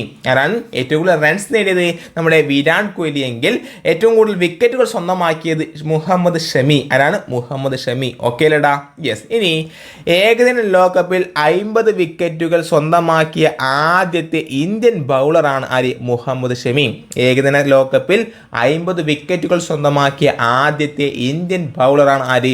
മുഹമ്മദ് ഷമി. ആരാണ്? മുഹമ്മദ് ഷമി. എങ്കിൽ ഈ 13ാം ഏകദിന ലോകകപ്പിൽ ഏറ്റവും കൂടുതൽ സിക്സറുകൾ നേടിയ താരം രോഹിത് ശർമ്മ. ഏറ്റവും കൂടുതൽ സിക്സറുകൾ സ്വന്തമാക്കിയ താരമാണ് രോഹിത് ശർമ്മ. ഒന്നുകൂടി ഞാൻ ആവർത്തിക്കാം. എന്താണ്? ഏറ്റവും കൂടുതൽ റൺസ് നേടിയ താരം വിരാട് കോഹ്ലി. ഏറ്റവും കൂടുതൽ വിക്കറ്റുകൾ സ്വന്തമാക്കിയ താരം മുഹമ്മദ് ഷമി. 50 വിക്കറ്റുകൾ സ്വന്തമാക്കിയ ഏകദിന ലോകകപ്പിൽ 50 വിക്കറ്റുകൾ സ്വന്തമാക്കിയ ആദ്യത്തെ ബൗളറാണ് മുഹമ്മദ് ഷമി. 13ാം ഏകദിന ലോകകപ്പിൽ ഏറ്റവും കൂടുതൽ സിക്സറുകൾ നേടിയ താരം രോഹിത് ശർമ്മ. ആരാണ്? രോഹിത് ശർമ്മ. എങ്കിൽ ഈ ഏകദിന ലോകകപ്പ് ചരിത്രത്തിൽ ഏറ്റവും വേഗത്തിൽ സെഞ്ചുറി നേടിയ താരമാരാണ്? അത് ഗെൻ മാക്സ്വെൽ. 40 പന്തിൽ നമ്മൾ ഈ കളി കണ്ടതാണല്ലേ? മാക്സ്വെല്ലിൻ്റെ ഈ കളി കളി നമ്മൾ കണ്ടതാണ്. എന്താണ് 40 പന്തിലാണ് ആര് മാക്സ്വെല്ലി എന്താണ് സെഞ്ചുറി നേടിയത്. അതുകൊണ്ട് ഏകദിന ലോകകപ്പ് ചരിത്രത്തിൽ ഏറ്റവും വേഗമേറിയ സെഞ്ചുറി നേടിയത് ഗ്ലെൻ മാക്സ്വെല്ലാണ് 40 പന്തിൽ. ഓക്കെ, എങ്കിൽ ഈ 13ാം ഏകദിന ലോകകപ്പ് ടൂർണമെന്റിന്റെ താരമായി തെരഞ്ഞെടുത്തതാരാണ്? അത് വിരാട് കോഹ്ലിയാണ്. 13ാം ഏകദിന ലോകകപ്പിൽ ടൂർണമെന്റിലെ താരമായി തെരഞ്ഞെടുക്കപ്പെട്ടത് വിരാട് കോഹ്ലി എങ്കിൽ ഫൈനലിലെ മികച്ച താരമായി തെരഞ്ഞെടുത്തത് ആരെയാണ്? അത് ട്രാവിസ് ഹെഡിനെയാണ്. ആരെയാണ്? Travis head. അപ്പം 2013 ഏകദിന ലോകകപ്പിൽ ടൂർണമെന്റിലെ താരമായി തെരഞ്ഞെടുത്തത് വിരാട് കോഹ്ലി ആണെങ്കിൽ 13ാം ലോകകപ്പ് ഫൈനലിലെ മികച്ച താരമായി തെരഞ്ഞെടുത്തത് ആരെയാണ്? അത് ട്രാവിസ് ഹെഡ്. ആരാണ്? Travis head. ഓക്കെ അല്ലേ? ഇനി ഈ 2024 പുരുഷ ഏകദിന ക്രിക്കറ്റ് ലോകകപ്പിന് വേദിയാകുന്ന രാജ്യങ്ങൾ ദക്ഷിണാഫ്രിക്ക, നമീബിയ, സിംബാബ്വെ എന്നാണ്. 2027 പുരുഷ ഏകദിന ക്രിക്കറ്റ് ലോകകപ്പിന് വേദിയാകുന്ന രാജ്യങ്ങൾ ദക്ഷിണാഫ്രിക്ക, നമീബിയ, സിംബാബ്വെ എന്നീ രാജ്യങ്ങളിലാണെങ്കിൽ പ്രഥമ വനിതാ പ്രീമിയർ ലീഗ് ക്രിക്കറ്റ് കിരീടം നേടിയ ടീമാണ് മുംബൈ ഇന്ത്യൻസ്. ആരാണ്? മുംബൈ ഇന്ത്യൻസ്. എങ്കിൽ ഈ ഏകദിന ക്രിക്കറ്റിൽ ഇരട്ട സെഞ്ചുറി നേടിയ ഏറ്റവും പ്രായം കുറഞ്ഞ താരമാണ് ശുഭ്മാൻ ഗിൽ. ആരാണ് കൂട്ടുകാരെ? ശുഭ്മാൻ ഗിൽ. ഏകദിന ക്രിക്കറ്റിൽ ഇരട്ട സെഞ്ചുറി നേടിയ ഏറ്റവും പ്രായം കുറഞ്ഞ ഇന്ത്യൻ താരമാണ് ശുഭ്മാൻ ഗിൽ എങ്കിൽ എന്താണ്? വിസ്ഡൻ ക്രിക്കറ്റ് പട്ടികയിൽ ഇടം നേടുന്ന ആദ്യത്തെ ഇന്ത്യൻ വനിതാ താരമാണ് ഹർമൻപ്രീത് കൗർ. ആരാണ്? ഹർമൻപ്രീത് കൗർ. വിസ്ഡൻ ക്രിക്കറ്റർ പട്ടിക ഏതാണ്? ഈ വിസ്ഡൻ ക്രിക്കറ്റ് പട്ടികയിൽ ഇടം നേടുന്ന ആദ്യത്തെ ഇന്ത്യൻ വനിതാ താരമാണ് ഹർമൻപ്രീത് കൗർ എങ്കിൽ ഏകദിന ക്രിക്കറ്റിൽ ഇരട്ട സെഞ്ചുറി നേടിയ ഏറ്റവും പ്രായം കുറഞ്ഞ ഇന്ത്യൻ താരം ശുഭ്മാൻ ഗില്ലാണ്. ശുഭ്മാൻ ഗില്ല്. ഓക്കെ അല്ലേടാ? എങ്കിൽ വിസ്ഡൻ ക്രിക്കറ്റ് പട്ടികയിൽ ഇടം നേടുന്ന ആദ്യത്തെ വനിതാ ക്രിക്കറ്റ് താരമാണ് ആര്? ഹർമൻപ്രീത് കൗർ. ആരാണ്? ഹർമൻപ്രീത് കൗർ. എങ്കിലും 2022-23 ബോർഡർ ഗവാസ്കർ ക്രിക്കറ്റ് ട്രോഫി നേടിയത് ഇന്ത്യയാണ്. ആരാണ്? 2022-23 ബോർഡർ ഗവാസ്കർ ക്രിക്കറ്റ് ട്രോഫി കിരീടം നേടിയത് ഇന്ത്യയാണെങ്കിൽ 2021-23 സീസൺ ലോക ടെസ്റ്റ് ചാമ്പ്യൻഷിപ്പ് കിരീടം നേടിയത് ഓസ്ട്രേലിയ. 2021-23 സീസൺ ലോക ക്രിക്കറ്റ് ചാമ്പ്യൻഷിപ്പ് കിരീടം നേടിയത് ഓസ്ട്രേലിയ. എങ്കിൽ ലോക ടെസ്റ്റ് ചാമ്പ്യൻഷിപ്പിന് ഫൈനലിൽ സെഞ്ചുറി നേടിയ താരമാണ് ആര്? Travis head. ലോക ടെസ്റ്റ് ചാമ്പ്യൻഷിപ്പ് ഫൈനലിൽ സെഞ്ചുറി നേടിയ ആദ്യ താരം ട്രാവിസ് ഹെഡ് ആണെങ്കിൽ 2023 സീസൺ IPL പുരുഷ കിരീടം നേടിയ സ്വന്തമാക്കിയ ടീം ചെന്നൈ സൂപ്പർ കിങ്. ആരാണ്? 2023 ആണ്. 2023 സീസൺ IPL പുരുഷ കിരീടം സ്വന്തമാക്കിയ ടീമാണ് ചെന്നൈ സൂപ്പർ കിങ്സ്. ഏതാണ്? Chennai Super Kings. 2023 season IPL പുരുഷ കിരീടം സ്വന്തമാക്കിയ ടീമാണ് കൂട്ടുകാരെ ചെന്നൈ സൂപ്പർ കിങ്സ്. ഓക്കെ അല്ലേടാ? ഇനി IPL ചരിത്രത്തിൽ 200 മത്സരങ്ങളിൽ ടീമിനെ നയിച്ച ആദ്യ ക്യാപ്റ്റൻ എന്ന നേട്ടം സ്വന്തമാക്കിയതാരാണ്? അത് മഹേന്ദ്ര സിംഗ് ധോണിയാണ്. ഇതാണ് IPL ചരിത്രത്തിൽ 200 മത്സരങ്ങളിൽ ടീമിനെ നയിച്ച ആദ്യ ക്യാപ്റ്റൻ എന്ന നേട്ടത്തിന് അർഹനായത് MS ധോണിയാണെങ്കിൽ ഏകദിന ക്രിക്കറ്റിൽ ഏറ്റവും വേഗത്തിൽ 5000 റൺസ് നേടിയ താരമാണ് ബാബർ അസം. ആരാണ്? ബാബർ അസം. ഏകദിന ക്രിക്കറ്റിൽ ഏറ്റവും വേഗത്തിൽ ചോദിക്കാൻ ചാൻസ് ഉണ്ട്. ഏകദിന ക്രിക്കറ്റിൽ ഏറ്റവും വേഗത്തിൽ 5000 റൺസ് തികച്ച താരമാണ് ആര്? ബാബർ അസം. ആരാണ്? ബാബർ അസം. എങ്കിൽ നെക്സ്റ്റ് 2023 സീസൺ രഞ്ജി ട്രോഫി ജേതാക്കളായതാരാണ്? ചോദിച്ചില്ലേടാ? PS ചോദിച്ചില്ലേ? 2023 സീസണിൽ രഞ്ജി ട്രോഫി ജേതാക്കളായത് ആരാണ്? അത് സൗരാഷ്ട്രയാണ്. സൗരാഷ്ട്ര രഞ്ജി ട്രോഫി സൗരാഷ്ട്ര 2023 രഞ്ജി ട്രോഫി ആർക്കാണ്?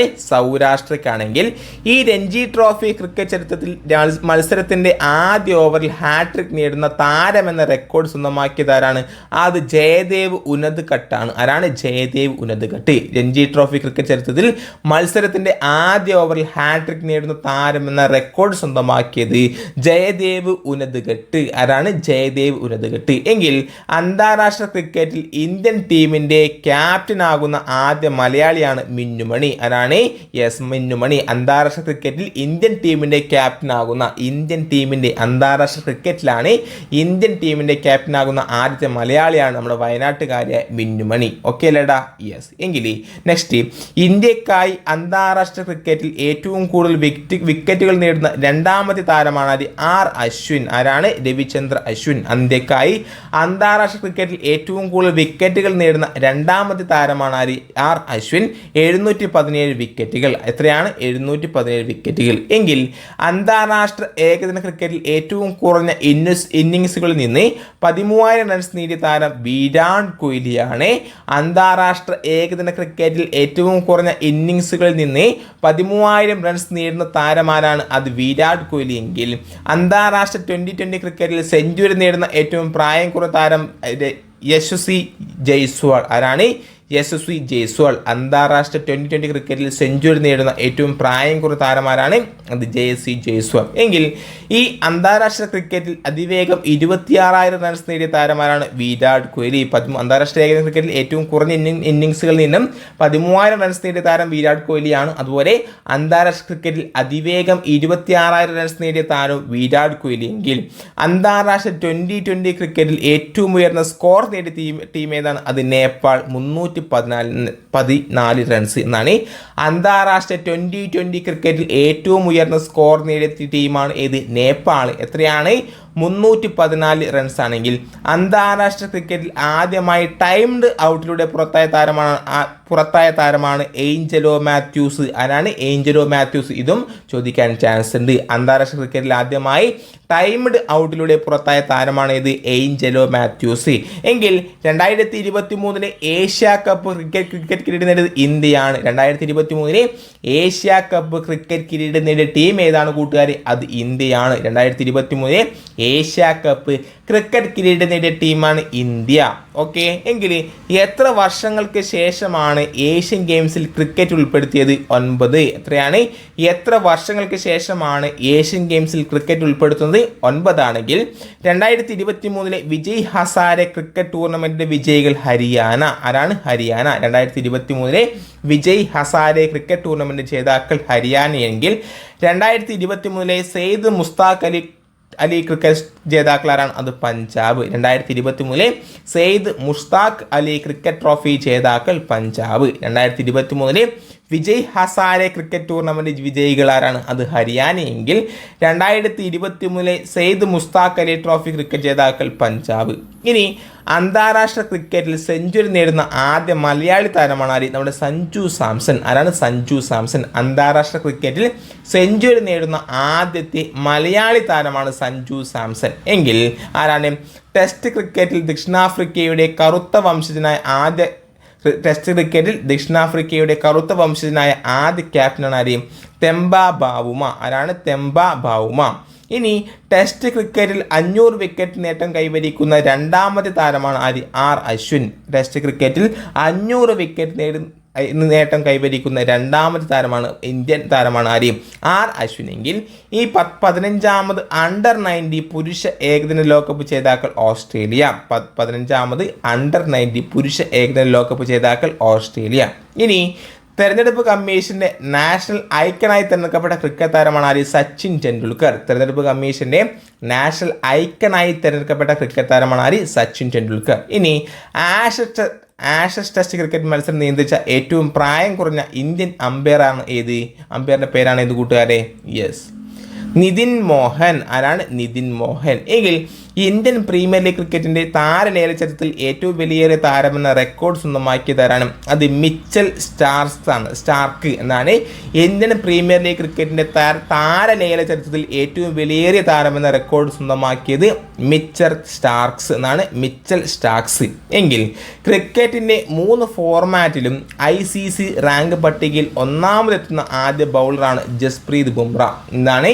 ക്രിക്കറ്റിന്റെ 3 ഫോർമാറ്റിലും ICC റാങ്ക് പട്ടികയിൽ ഒന്നാമതെത്തുന്ന ആദ്യ ബൗളറാണ് ജസ്പ്രീത് ബുംറ. എങ്കിൽ ഏകദിന ക്രിക്കറ്റിൽ ശ്രീലങ്കയ്ക്കായി ഇരട്ട സെഞ്ചുറി നേടുന്ന ആദ്യ താരമാണ് ആദ്യ പാത്തും നിസാങ്ക. ആരാണ്? പാത്തും നിസാങ്ക. ഏകദിന ക്രിക്കറ്റിൽ ശ്രീലങ്കയ്ക്കായി ഇരട്ട സെഞ്ചുറി നേടുന്ന ആദ്യ താരമാണ് പാത്തും നിസാങ്ക. എങ്കിൽ വനിതാ പ്രീമിയർ ലീഗ് ക്രിക്കറ്റിന്റെ 2ാം സീസൺ ജേതാക്കളായത് ബാംഗ്ലൂർ റോയൽ ചലഞ്ചേഴ്സ് ആണ്. ആരാണ്? Royal Challengers. Okay, Bangalore royal Challengers. Okay, അപ്പം ഇന്ത്യൻ പ്രീമിയർ ലീഗ് ക്രിക്കറ്റിന്റെ താരലേല ചരിത്രത്തിൽ ഏറ്റവും വലിയേറിയ താരമെന്ന റെക്കോർഡ് സ്വന്തമാക്കിയത് മിച്ചൽ സ്റ്റാർക്ക്. അതുപോലെ തന്നെ ക്രിക്കറ്റിൻ്റെ 3 ഫോർമാറ്റിലും ICC റാങ്ക് പട്ടികയിൽ ഒന്നാമതെത്തുന്ന ആദ്യ ബൗളറാണ് ജസ്പ്രീത് ബുംറ. എങ്കിൽ നെക്സ്റ്റ് ഏകദിന ക്രിക്കറ്റിൽ ശ്രീലങ്കയ്ക്ക് ഇരട്ട സെഞ്ചുറി നേടുന്ന ആദ്യ താരം പാത്തു നിസാങ്ക. എങ്കിൽ വനിതാ പ്രീമിയർ ലീഗ് ക്രിക്കറ്റിൻ്റെ 2ാം സീസൺ ജേതാക്കളായ team Bangalore royal Challengers. Okay അല്ലേ? അപ്പം ഇത്രയും ചോദ്യങ്ങളാണ്, കറണ്ട് അഫയേഴ്സ് ചോദ്യങ്ങളാണ് ഇന്നത്തെ വീഡിയോ നിങ്ങളുമായി ചർച്ച ചെയ്തത്. നിങ്ങൾക്ക് ഈ വീഡിയോ ഇഷ്ടമായെങ്കിൽ ലൈക്ക് ചെയ്യുക. നിങ്ങളുടെ വലിയ അഭിപ്രായങ്ങൾ കമൻറ്റ് രൂപത്തിൽ രേഖപ്പെടുത്തുക. അടുത്ത വീഡിയോയിൽ കാണുന്നവരെ ബൈ ബൈ, സീ യു.